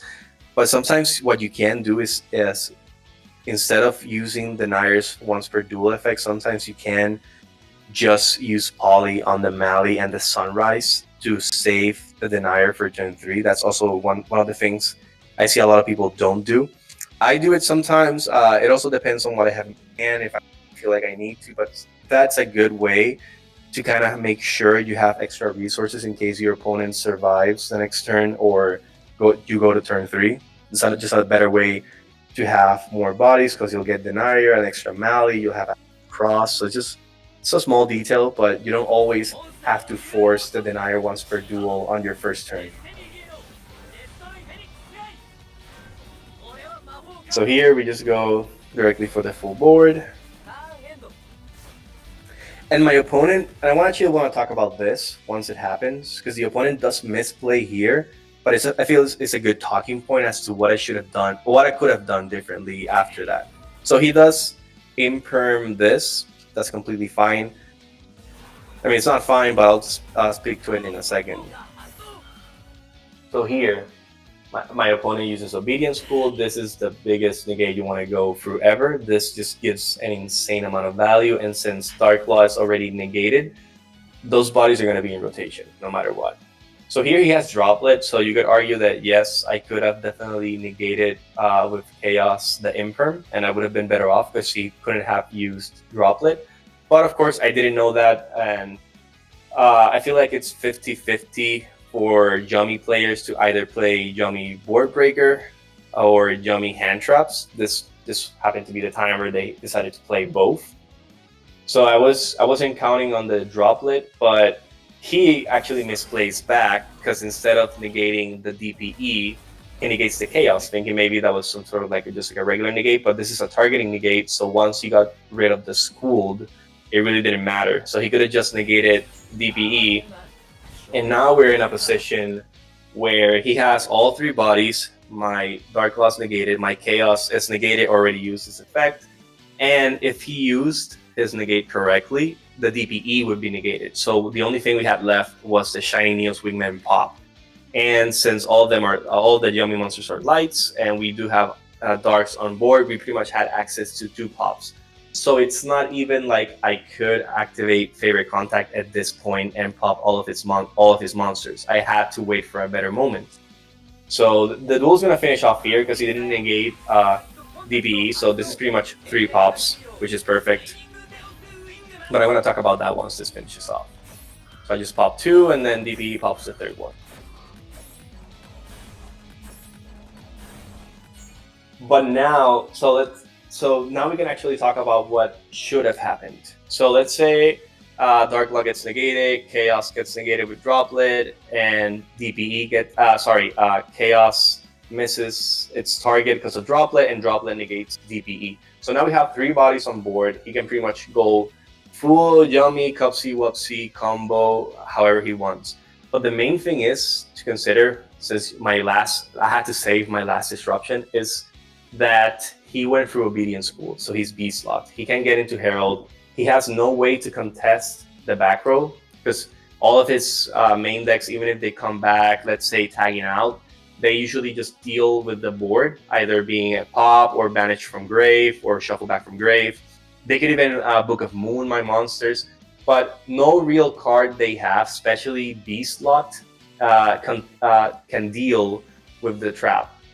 So at that moment, like the ideal moment to use the trap would have been in the battle phase. So you literally wait for them to combo. They probably go through all the Yummies, the Cupsy, add 2 more, go through Lollipop, revive back, and maybe even Cookie Book. I don't think they would have gone through Cookie, but they would probably just have 6 different bodies with the field spell. So they all be gaining 3,000. So it would be pretty big numbers. But at that point, just wait for the battle phase, activate the trap, and even if they tag out or do anything of the sort, you can just pop the field spell, and they have no way to contest the board. And for them at that point, it's completely difficult to play because no matter what they set up, they could set up an extra Star Ham or stuff like that. They could have even recycled the field spell. It doesn't matter because if they can't kill you there on the next turn, Dark Claw is back online. We have DPE in the draw phase. We have Chaos in the draw phase. So not even Snashy could activate at that point, which is pretty cool. But yeah, that's something to consider as well. I think it's probably the last triple we could go through, which is Draco Tail, just to talk about it as well. Draco Tail isn't really a crazy matchup for us. They usually end on the True Traps, which is a bounce for an attack position monster, a spell trap negate, a spell negate, sorry, I think it's only spells. The Draco Tail Fusion Fob, you also have the Arthalion Bounce, and maybe plus 1 or 2 hand trap they could have, or if they fusion summon any of the main deck Draco Tails like Lulu or stuff like that. So even though it's a little layered, it's not a crazy disruption. It's one of the things, and I think it's one of the reasons why people underhyped this deck at the beginning, because the ceiling of the deck is not really high. And again, just saying it, it's not really that crazy. So here we just start directly going directly for the Evil Assault play.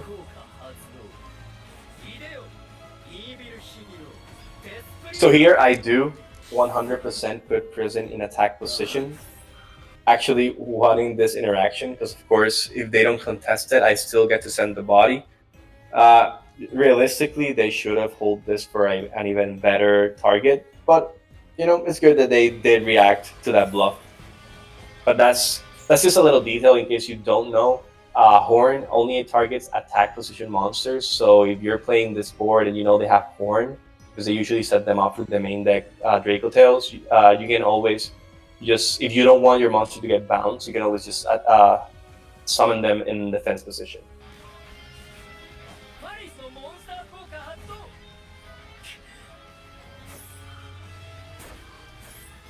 So at this point, he still has the spell negate. I already have Poly, so I pretty much have gas, so I know that as I push through all the other disruptions, I can save Fusion Destiny for the, I think the Flame? Yeah, the Flame. And that's not a problem because we already have access to Poly. The Gulamel Pop is also irrelevant here as well. He gets to draw, so we already know he has high mana, so he probably has that extra bounce as well.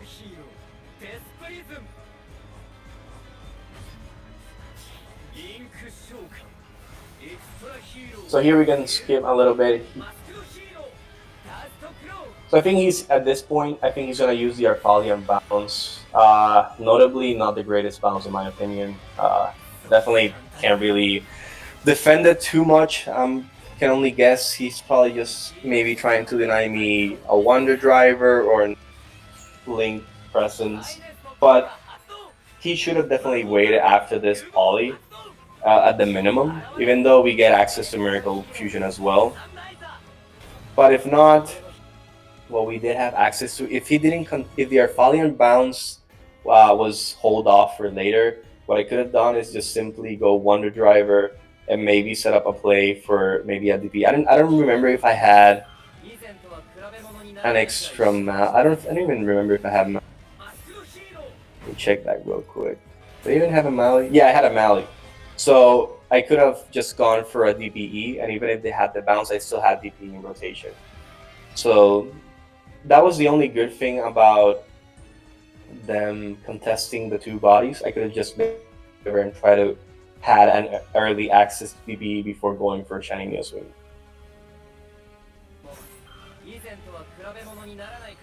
So at this point, Arthalion's not doing anything, he just revives and buys us the grave, and I think this is lagging. Okay, there we go.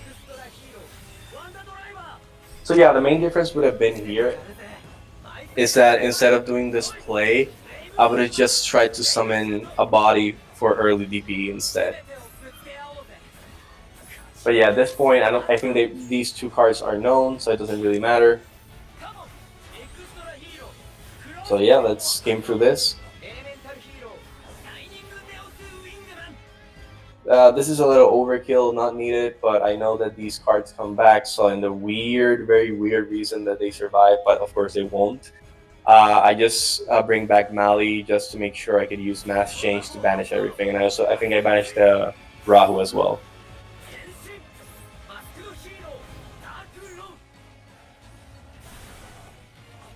And then that should just be game. And of course, I could have also gone for a Wake Up there as well if I didn't want to pop everything. So that was just another option as well. But yeah, I think this is gonna be a good moment to switch to TCG. So this is all gonna be pre-Mask Hero. I'm also gonna show the deck list and what the deck can do as of right now, and when it gets the new support. Like we were talking about earlier, the deck still lacks consistency, and it actually does miss the extra push from the Mask Hero, but you could still steal some games with good hands, and at this point the only thing we can do is just cope for when we get the Max Hero support anytime soon. So any questions before checking out those replays?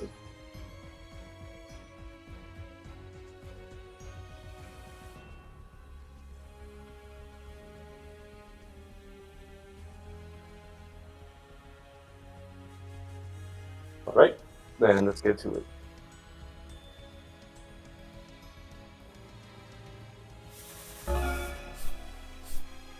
Okay, so again, wait.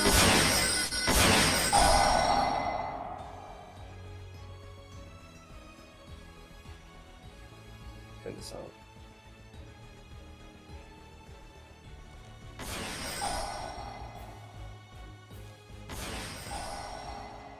Okay.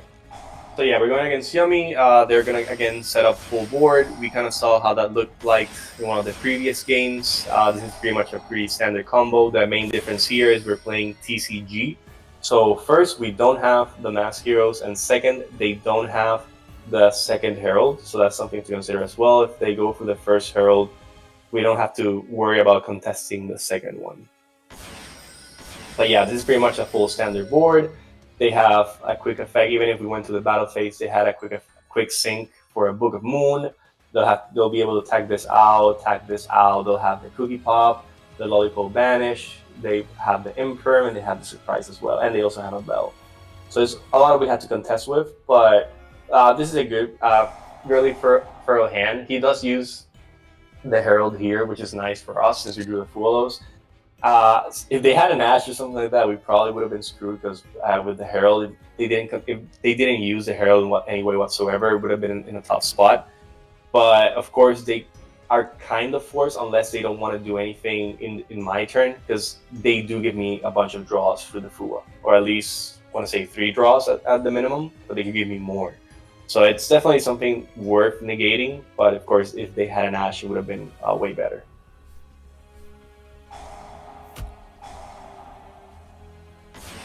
So here they just tag out just to grab more resources with the Cup C. They negate, that's completely fine. Here we go for the standard Evil Assault to send Miss to grab another body as well. Here they go for the pop, which of course they need to do before that in-person activates, which is completely fine. They set up a Kroki for another pop. So here, after I do Ferris, he's gonna Book of Moon. And before I do anything else, I know I need to get Mali out of the grave before Lollipop comes back. And it does indeed work.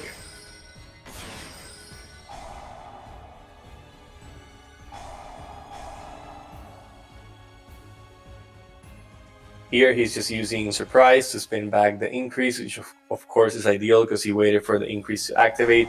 We still have access to the normal summon, so it's not game ending. He also pops as well. So at this point, the only thing we have to contest with left is the Bell, and I think he actually holds off the Bell, which kind of caught me off guard, but thankfully I think I had enough bodies just to kind of push through that, because I think he held it off for the Miracle Fusion, which was smart on his end. So here he's just bringing out extra bodies. At this point, I'm pretty sure he did it this way because it doesn't really matter if he had sequenced it differently to have another Yummy Link on board. There's nothing, unless he played like a Spicy Sylvia or something like that. There wasn't really much else he could go to at this stage since he only have one Herald. I've seen some people play different tech choices for the extra deck for Yummy. Some people have played like the level 5 Synchro, the White Forest, I think is the Book of Moon. But I'm pretty sure just because of how they set up their board, they don't play it. They're probably playing the pure Yummy variant. So here at this point, there were a lot of places where he could actually Ghost Bell, and like I said earlier, he does hold off correctly on the bell for the Miracle Fusion. So here we just keep going. Use his bell, which is correct. But thankfully, since we had extra bodies, we could just still go into Wonder Driver, use the Deniers once per duel to reset the poly.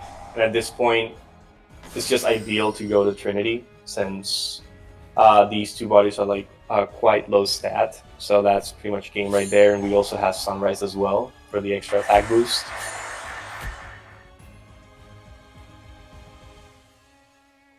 And then the next replay was same player, just going first.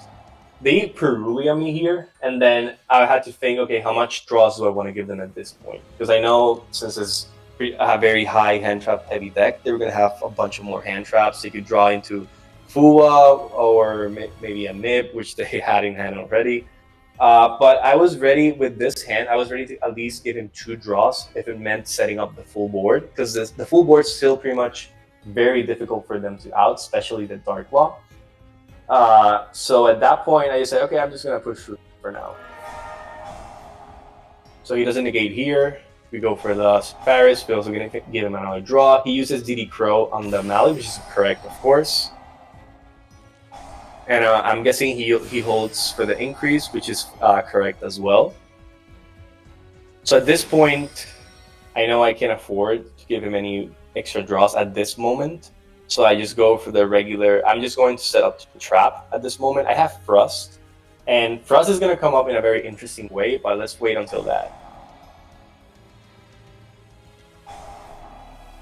So we go standard play for Rage, set up the trap, draw 2. We get access to Mass Change, which is pretty good as well. So here, this is where I made a huge judgment call, and I would not do most of the time. Because what you would do before ending your turn would be, of course, for my side, you'll see in a minute, I was siding Thrust with D Barrier. So of course I could have gone Tactis Thrust, set up D Barrier for the next turn, and of course they're locked out of the Synchros. But I felt the delay, and I made the judgment call that they would probably nib at some point, because it happened right after the 5th summon. And I still didn't have any access to DPE whatsoever, so I figured, okay, I'll make the judgment call. If he nibs, I can still hold off the Thrust to grab Fusion Destiny, and that's exactly what happened. But that is a complete judgment call and would not happen all the time either. So I just go for F0 before I lock myself out of other attributes. But just to quickly recap, if that wasn't the case, I could have just used Thrust to set up a D barrier as well. But I just made the judgment call to use it after the nib. And here we can just go straight into Plasma now, because now we have enough bodies. So even though I'm giving them 1 extra draw, I figured it's worth it for a one-sided skill drain.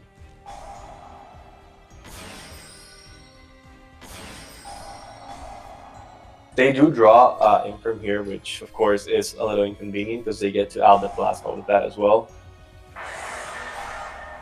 Since they already negated the Plasma, there's no reason to hold Mass Change, so we go straight into Dark Law. They add Surprise.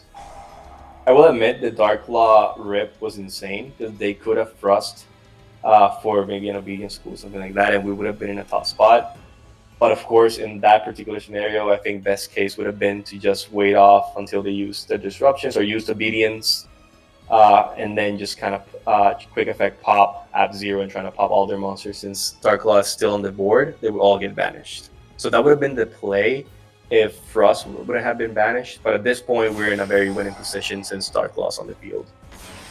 So here, he's trying to reduce, which doesn't really matter, but what I'm more concerned about is a surprise. So before he does anything, I'm going to bring out Shining Neil's Wingman, because for one, he can't even bounce Shining Neil's Wingman with surprise, but I know he's going to use surprise to bounce back Dark Law. So before he does that, I want to contest the field spell, and I want to contest anything they summon off of the link. Because now, even if they use surprise, they'll quick sync, but this will pop. doesn't matter what they bring out, and we also still have the DD up as well. So that's exactly what they do. They try to bounce back. We chain, they chain, and it doesn't matter to what they quick sync into. Everything's getting banished. We just pop. And at this point, we just win. They really went for the normal. It doesn't matter. So yeah, I think that's pretty much all the replays I had. Are there any questions regards to the replays? I think now we can go and look at some different deck lists. Yeah, so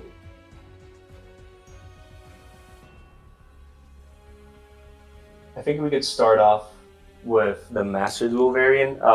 Yeah, the deck lists I'm going to show are pretty standard or straightforward. For Master Duel, this would be a very good list you could run. Only things I would note or say here are that Artifact Lancia, it's kind of needed right now, especially because of Maliss. It's not the greatest either. Sometimes I would swap this out depending on my matchups.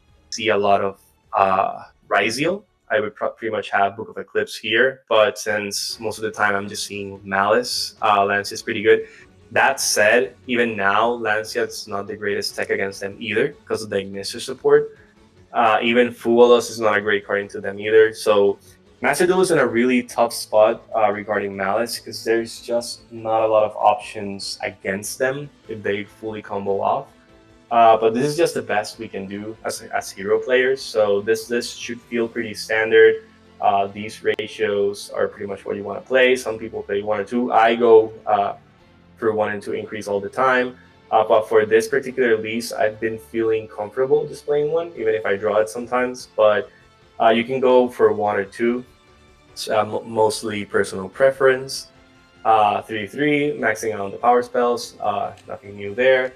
I'm just playing the 1 Adusted, 1 and Dead Imprison, and 1 Evil Assault as the Evil Hero package. I feel like that's the best ratio in terms of what we want to see, because usually that's just like the extra push we want from Dead End, just sending another body. You could opt to play higher counts either of Adusted or Evil Assault. I'm just trying to keep this list closer to 40, and I like the 43-44 range. So I feel like this is a comfy number for me, so that's why I'm keeping those ratios. Again, 3 Fuwa, just because of space, I'm just playing 2 Ash, 2 Maxi, of course. The Lancias, the droplets, of course, are pretty good in Hero. The 2 Called By in Master Duel, of course. And the TTT. Same for the extra deck, should be pretty standard as well. You could opt out, of course, of the Liquid and F-Zero if you wanted to. There are other options. I just personally like playing them. Neos Lord, I see some people asking sometimes, how do you get a Neos Lord out? The way is through favorite contact. You don't need Dark Fusion, Dark Contact.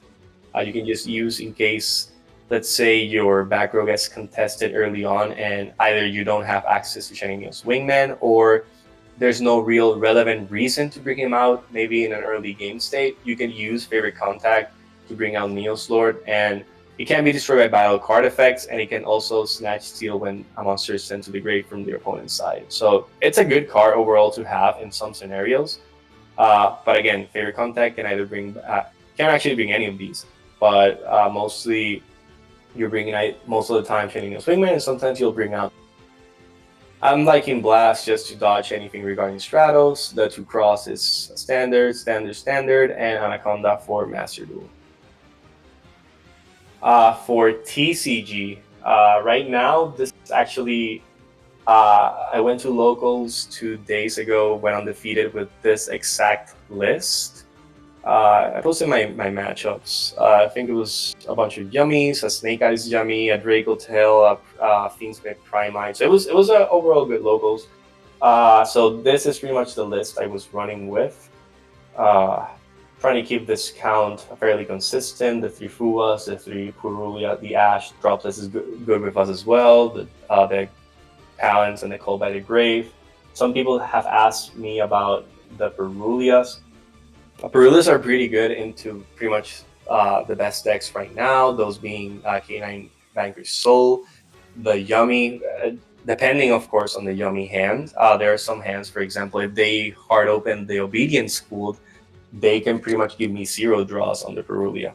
But if they, let's say, start off with maybe an Engage or one of the normals, Yummy's main deck monsters, they'll probably give me other 2 or 3 draws, which is pretty good. And K9 Vanquish Soul, of course, they love to summon a bunch from the hand. Perulia, Fuwalos is good overall. Also good against those decks, but they can play around them to some degree. The list up top is pretty standard as well. Like I said, in terms of liquids, personal preference, I'm just playing it until the Mask Hero support drops. I think once we get the new Mask Heroes, I'm probably going to drop liquid. But for now, I'm playing it. I think this is a pretty much standard ratios. You saw them for Master Duel as well. We got the 3 maxed out powers, 3 the power spells. All this are the same. I'm liking Pot of Pros. Some people have also asked me what I would side in, what I would banish with Pot of Pros, and that really depends. But most of the time, it'll be the same usual aspects. But what I'm saying it depends because, of course, sometimes depending on the game state, I would want priority over some bodies, but most of the time, you can just use Pros on the Decimator, on the second copy, this, maybe Trinity, App Zero. And depending on the game state, if I either need or not the Wake Up or the Dark Claw. So the 6 body is usually the trickier one. But those first 5, Dread, Cross, Blast, this, and this, usually are the 5 that I'm always pretty much going to banish. The 6 body is going to depend on the game state. If it's 3 bodies, if you just want to banish 3, let's say you're going turn 1 and you just want to maybe dig out, you went for your whole combo, you just want to dig out maybe an Ash or a Droplet, just get rid of the Dread, maybe the Blast, maybe the App Zero, you didn't go through it, or maybe the Neos Lord. But for the most part, you're just pretty much going to banish those same names. And the 6 body, like I said, is just going to depend on the game state or what you want as your end board piece. And then for the side deck, like I said, I'm running Eclipse for a variety of reasons. I do have seen some Mitsurugi Ryzeal in my locals as well, so I do like Eclipse for that. I like it for dodging any sort of interactions with my monsters, either being dodging like Imperms, Veilers. I saw in the server, I think yesterday or today, they were talking about it. There's some interactions where even if one of my monsters gets Imperm or Veilered, I could still activate them, Chain Book of Eclipse, and since the monster, once it's flipped down, it kind of resets, the effect resolves. So that's also a very cool interaction with Book of Eclipse. Let's say I summoned Biome, the Imperm, I could still chain to add Poly. I could chain Book of Eclipse, place it face down, and I still get Poly. So that's a pretty cool interaction. Bell, I'm gonna be quite honest, I would play 3, I just have 2 in real life. Bell is pretty damn good in this current format as well. It pretty much is the same as Ash, can stop any of the traps for Draco Tail, since they shuffle back, though I think they place on the bottom of the deck and draw. So any of the traps, like the one that bounces or the one that negates, you can negate those cards with Ash or Bell. Bell is also pretty good against Yummy when they tag out and they're trying to bring 2 bodies back, or when they use the field spell to revive. Bell is very good against them as well. And then these are very standard board breakers, the 2 Lightning Storms to contest either the board or the back row, Power Piece Feather for the back row. 3 Thrust, as I was mentioning earlier. If I'm going first, I'm usually using Thrust to grab D Barrier. You saw the weird interaction where they did have nibs, so in that case you could also grab Engine. In this case I grabbed Fusion Destiny, which is pretty insane. Going second is also pretty good if you wanted to grab Engine. Let's say you wanted to grab a Hero Lifts if they ashed or activated some sort of effect on your turn, or Fusion Destiny, you can grab any of those with Thrust as well. Imperm's just solid throughout. There are some decks where it's kind of weaker too. Imperm, for example, against Yummy isn't the greatest. It works sometimes if, let's say, for example, maybe you Imperm their only play, which is it's Engage, so you just Imperm the Sky Striker Link 1. But most of the time, though, just have more extenders, so it's not really that broken against them. It is really good against, I feel like, against Draco Tail. I do like citing Imperm against Draco Tail for their normal summons, either it being Lucius, the Malulu, or even Carticha. I've seen some people run the Carticha package as well. I do like Imperm for that. And of course, D-Barrier needs no introduction. Now for OCG, this would be a pretty similar list as to what I would run in real life once the cards drop. I feel like this ratio is good. You could go back and forth between 1 or 2 Furnace. This is what I'm testing as of right now. The 2 Perulia, I know it looks kind of awkward. It's just to keep the deck count. I would love to play 3. These ratios are pretty standard. I do like having the second Ferris, even though I could cut this down to 1. But like I said, I do kind of want to see that push sometimes from Ferris. Same ratios for the Evil Hero support. I'm trying out 2 Poly as well. I've been enjoying the second Poly as well, especially for those extra pushes. I had Voltic Thunder. I've been going off and on with it, either adding Blast or Dread Decimator. I'm just playing around. So those are a couple of choices you need to make as well, because this deck, it's not only dependent on what you want to play or the ratios, you also have to feel comfortable with it and know what you kind of end on, you feel most comfortable playing. Some people don't like the Decimator, some other people do like it because it's one of those big monsters you can get to without polymerization. Blast doesn't even have to be here. I just like it because it helps me dodge through certain interactions, but this card could easily be Voltic. It was Voltic Thunder a few days ago, so something you can go back and forth with. App Zero doesn't even have to be. I think App Zero was actually here by mistake now that I'm looking at the list.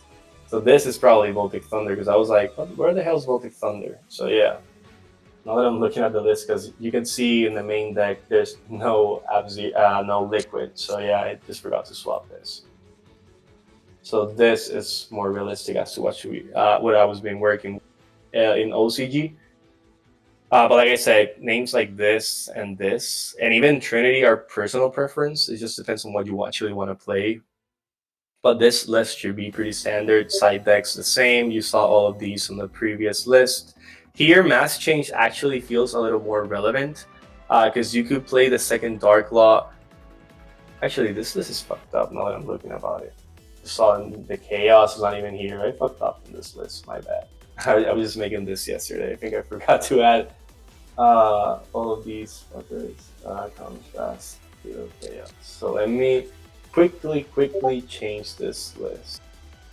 So I'm guessing this wasn't here. I'll take this. So let's look at something like this for now. And like I said, you could argue that you could even cut Trinity for the second Dark Law as well.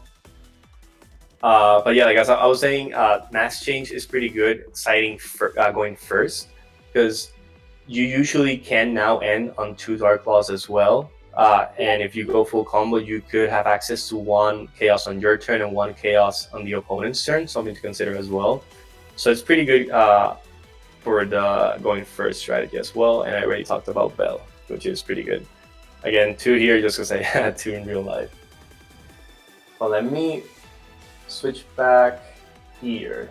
So some people asked about the sighting patterns. So of course, if we're not doing any live gameplay, I thought I would just show you what I would do going first and going second against the 3 top decks, being Yummy, Draco Tail, and K9. So for Yummy, if I were to go first, I would mostly sight in the 3 thrusts, the D barrier, and the bells, because like I said, Bell is pretty good into the matchup, even if they want to tag out. And of course, I would just take out the Mold Charmings. Going second, I would probably, depending on what I've seen, I would probably just add either the Lightning Storm, the Bells, or even the Duster. What I would take out, sometimes I feel like I could cut out, depending on the matchup, the Evil Hero package. Sometimes I don't even need Pot of Frost. So I want to see most of these cards as much as I can. So that's kind of why I side them. I know the starter count isn't really high. That's one of the main problems, especially pre-mask, is that the number of starters we have is very limited. So you're just kind of, I guess, kind of coping / praying that these cards kind of resolve and you get to see those cards when they give you at least 1 or 2 draws. which does happen. So it's one of the main things to consider about playing it that way. So these would be the sighting patterns for Yummy, at least going first or going second. Now for Draco Tail, same reasoning as before. I talked about how the bells are pretty good into the matchup, especially against the traps.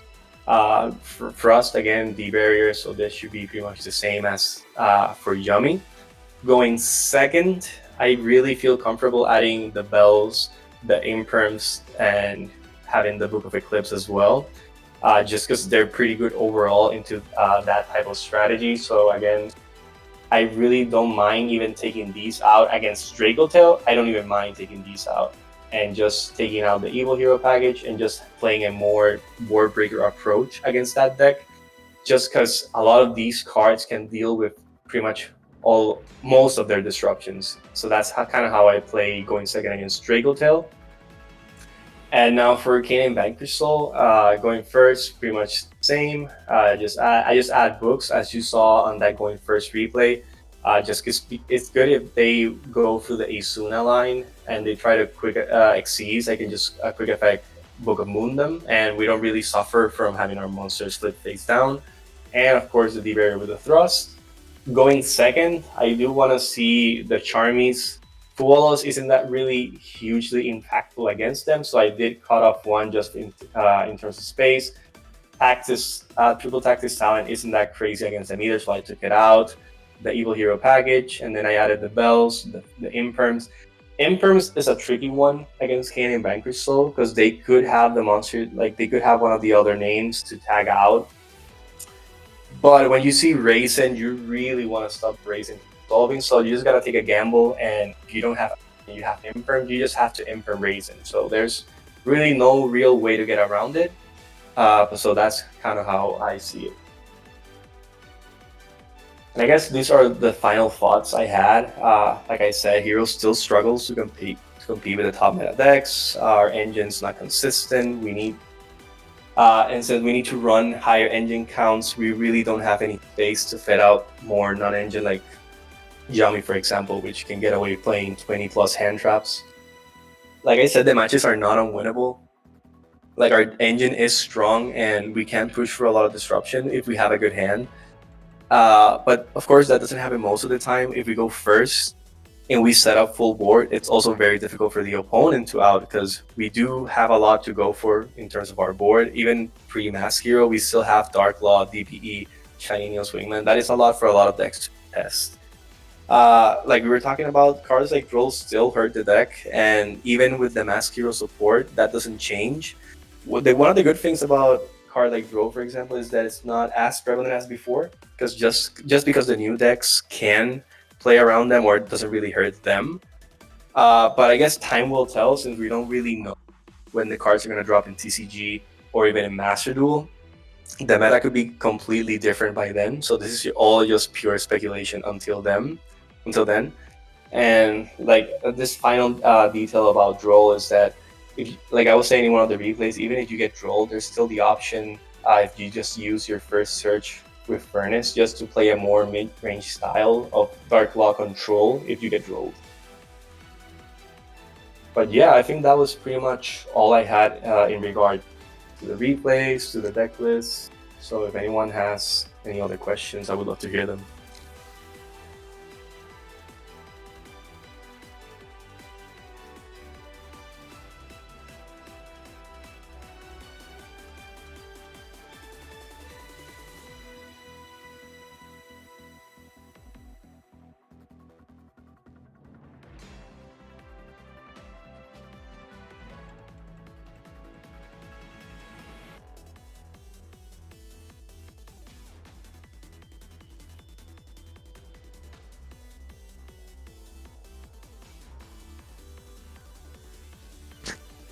Yeah, I believe Royal is recording this, am I right?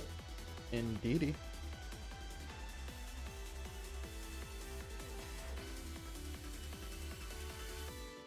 Yeah, thank you for joining in and listening. And like I was saying earlier, sadly, one of the things I really can't really show in any of the replays or videos is that there's just really need to practice a lot with the deck. I think a lot of new hero players have reached out and say, "Oh, how can I play like you? How can I do this and that?" And the real honest answer is that most of the time you just need a lot of practice. Even like I said earlier, even if the deck is a very linear combo deck, there's still a lot of niche interactions you need to learn. You need to learn how the top decks play, try to get in the head of your opponent, and try to play around a lot of things. Because sadly for heroes, we do have to take into account a lot of different hand traps that could hurt us. So it's not like, for example, Yummy. Yummy's a great example of a deck that really doesn't care about a lot of hand traps, especially if they have a lot of extenders, and because they usually can dodge a lot of the common hand traps like Ash, Imperm, Baylor. So decks like that don't really have to care about a lot. They could care about Nib, but even they could still play around Nib. We can also play around Nib. The way we do it, of course, is just holding the DB pop wake up until the end phase. That's pretty much the best way we can do it, but we still have to consider it. And Droll, of course, just kills us. The Charmies kills us as well. These Fuelos. So it just takes a lot of practice. You also need to be aware that you're not playing a meta deck. You're playing a road deck, so you will brick. You will lose sometimes to one hand trap. So that's just how the deck is. There's no real way to get around that either.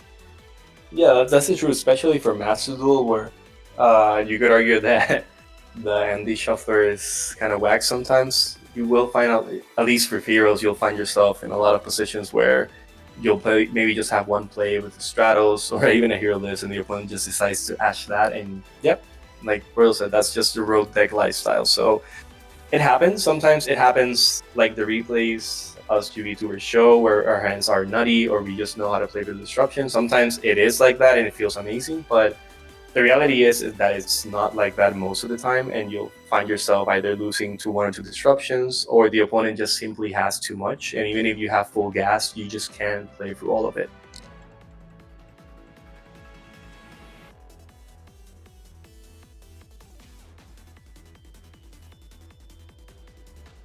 Yeah, so I kind of showed the sighting patterns here.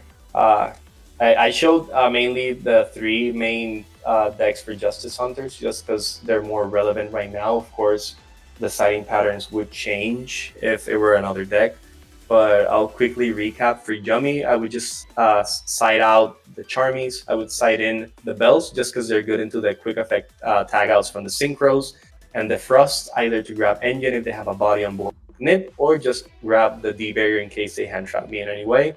Going second, same reasoning for Bell is pretty good. The Lightning Storms are good to contest the back row. Sometimes, like I said, the disruptions that deck puts out are not crazy. It's just rather the sheer amount of them that they have, or they could have like more purges, imperms, and the Yummy Surprise. So that's good to contest that as well.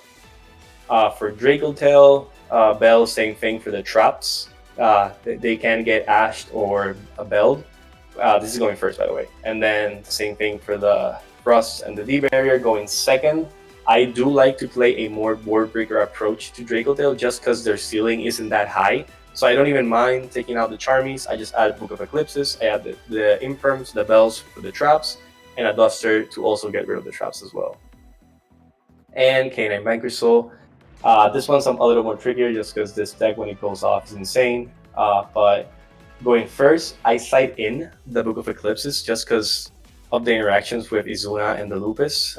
You could, before they quick XCs, you could Book of Eclipse them just so they don't go into any XYZ. And the Thrust for the D barrier. And then going second, I do keep the 3 Perulia. I do keep 2 Fuelos just because this card isn't that crazy into Vanquish Soul. I do keep the droplets. I do have the Imperms here. Imperms, like I was talking about against, of course you want to use it on the Raisin. It's in the greatest option because they could have another Vanquish Soul in hand to tag out, but you have to risk it. Raisin is just too good when it pops off, so you need to negate it any way you can if you don't have Ash. Bell is also good against the Link 1, so just keeping it there as well. Yeah, in terms of what I cut out for the engine, of course, this is just like a very generic way of how I would side out. Sometimes, most of the time, I will side out the evil hit just because it's small and not really that crucial. But sometimes I also will keep it in, just depending on the opponent or what type of variant. I've seen a lot of Yummies like Mitsu Yummy, Mini Gold Yummy, Snake Eyes Yummy. It also depends on what type of deck I'm playing against. But this should be a very overall way of how you could side out, or at least how I've done it as well.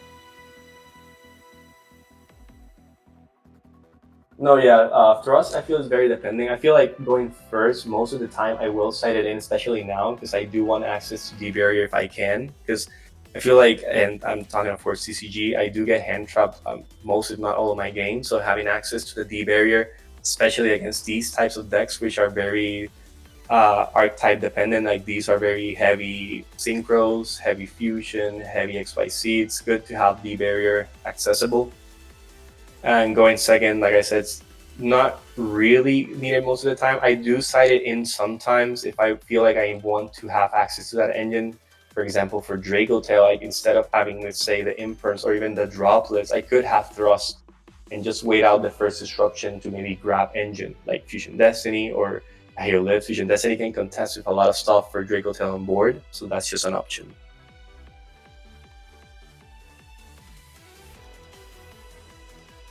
Salesman is just like a very niche card just because you can't search it, and then you're kind of like in a way praying that the opponent has that exact interrupt and disruption against you, so you call it correctly.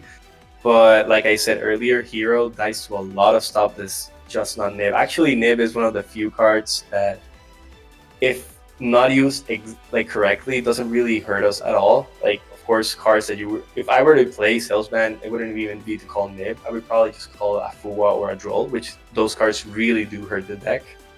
But like I said, it's not really searchable, and you're kind of counting or hoping that the opponent has that exact disruption against you and not anything else. So it's not really consistent or reliable.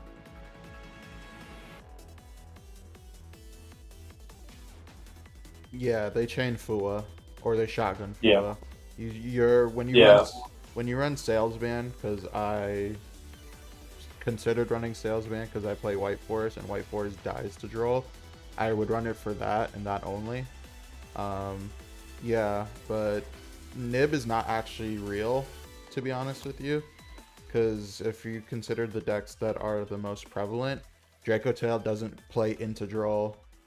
Yummy can play through draw, not draw, Nib. Draco Tail doesn't play into Nib.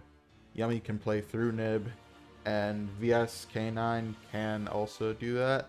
And if you consider anything with Mitsurugi, they set up Murakumo and can address it, but they can still play through that as well. So I think if you're actually running Salesman, you're really mainly using it for draw. But like he said, it's kind of a crapshoot because it's expecting them to have it, and it's really only good in the side.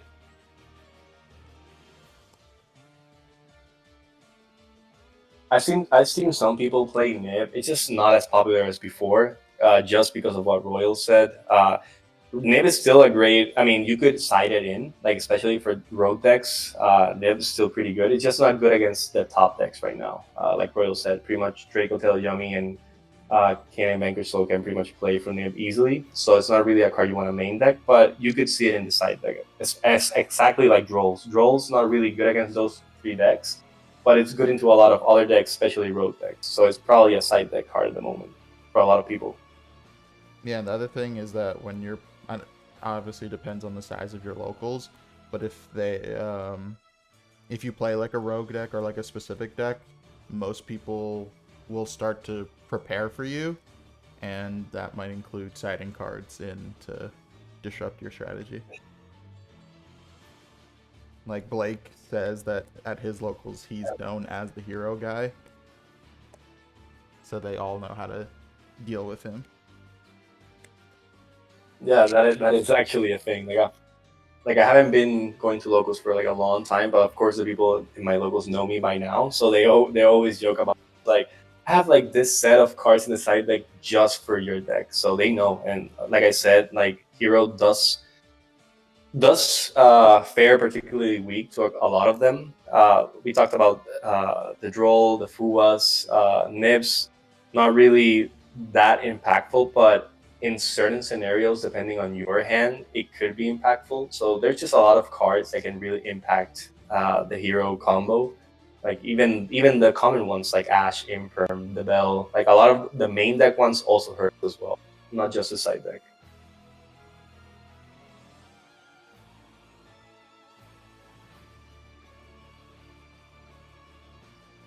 But yeah, I think if we don't have any other questions, I think we can leave it here. I think it was a pretty good stream. Yeah, that's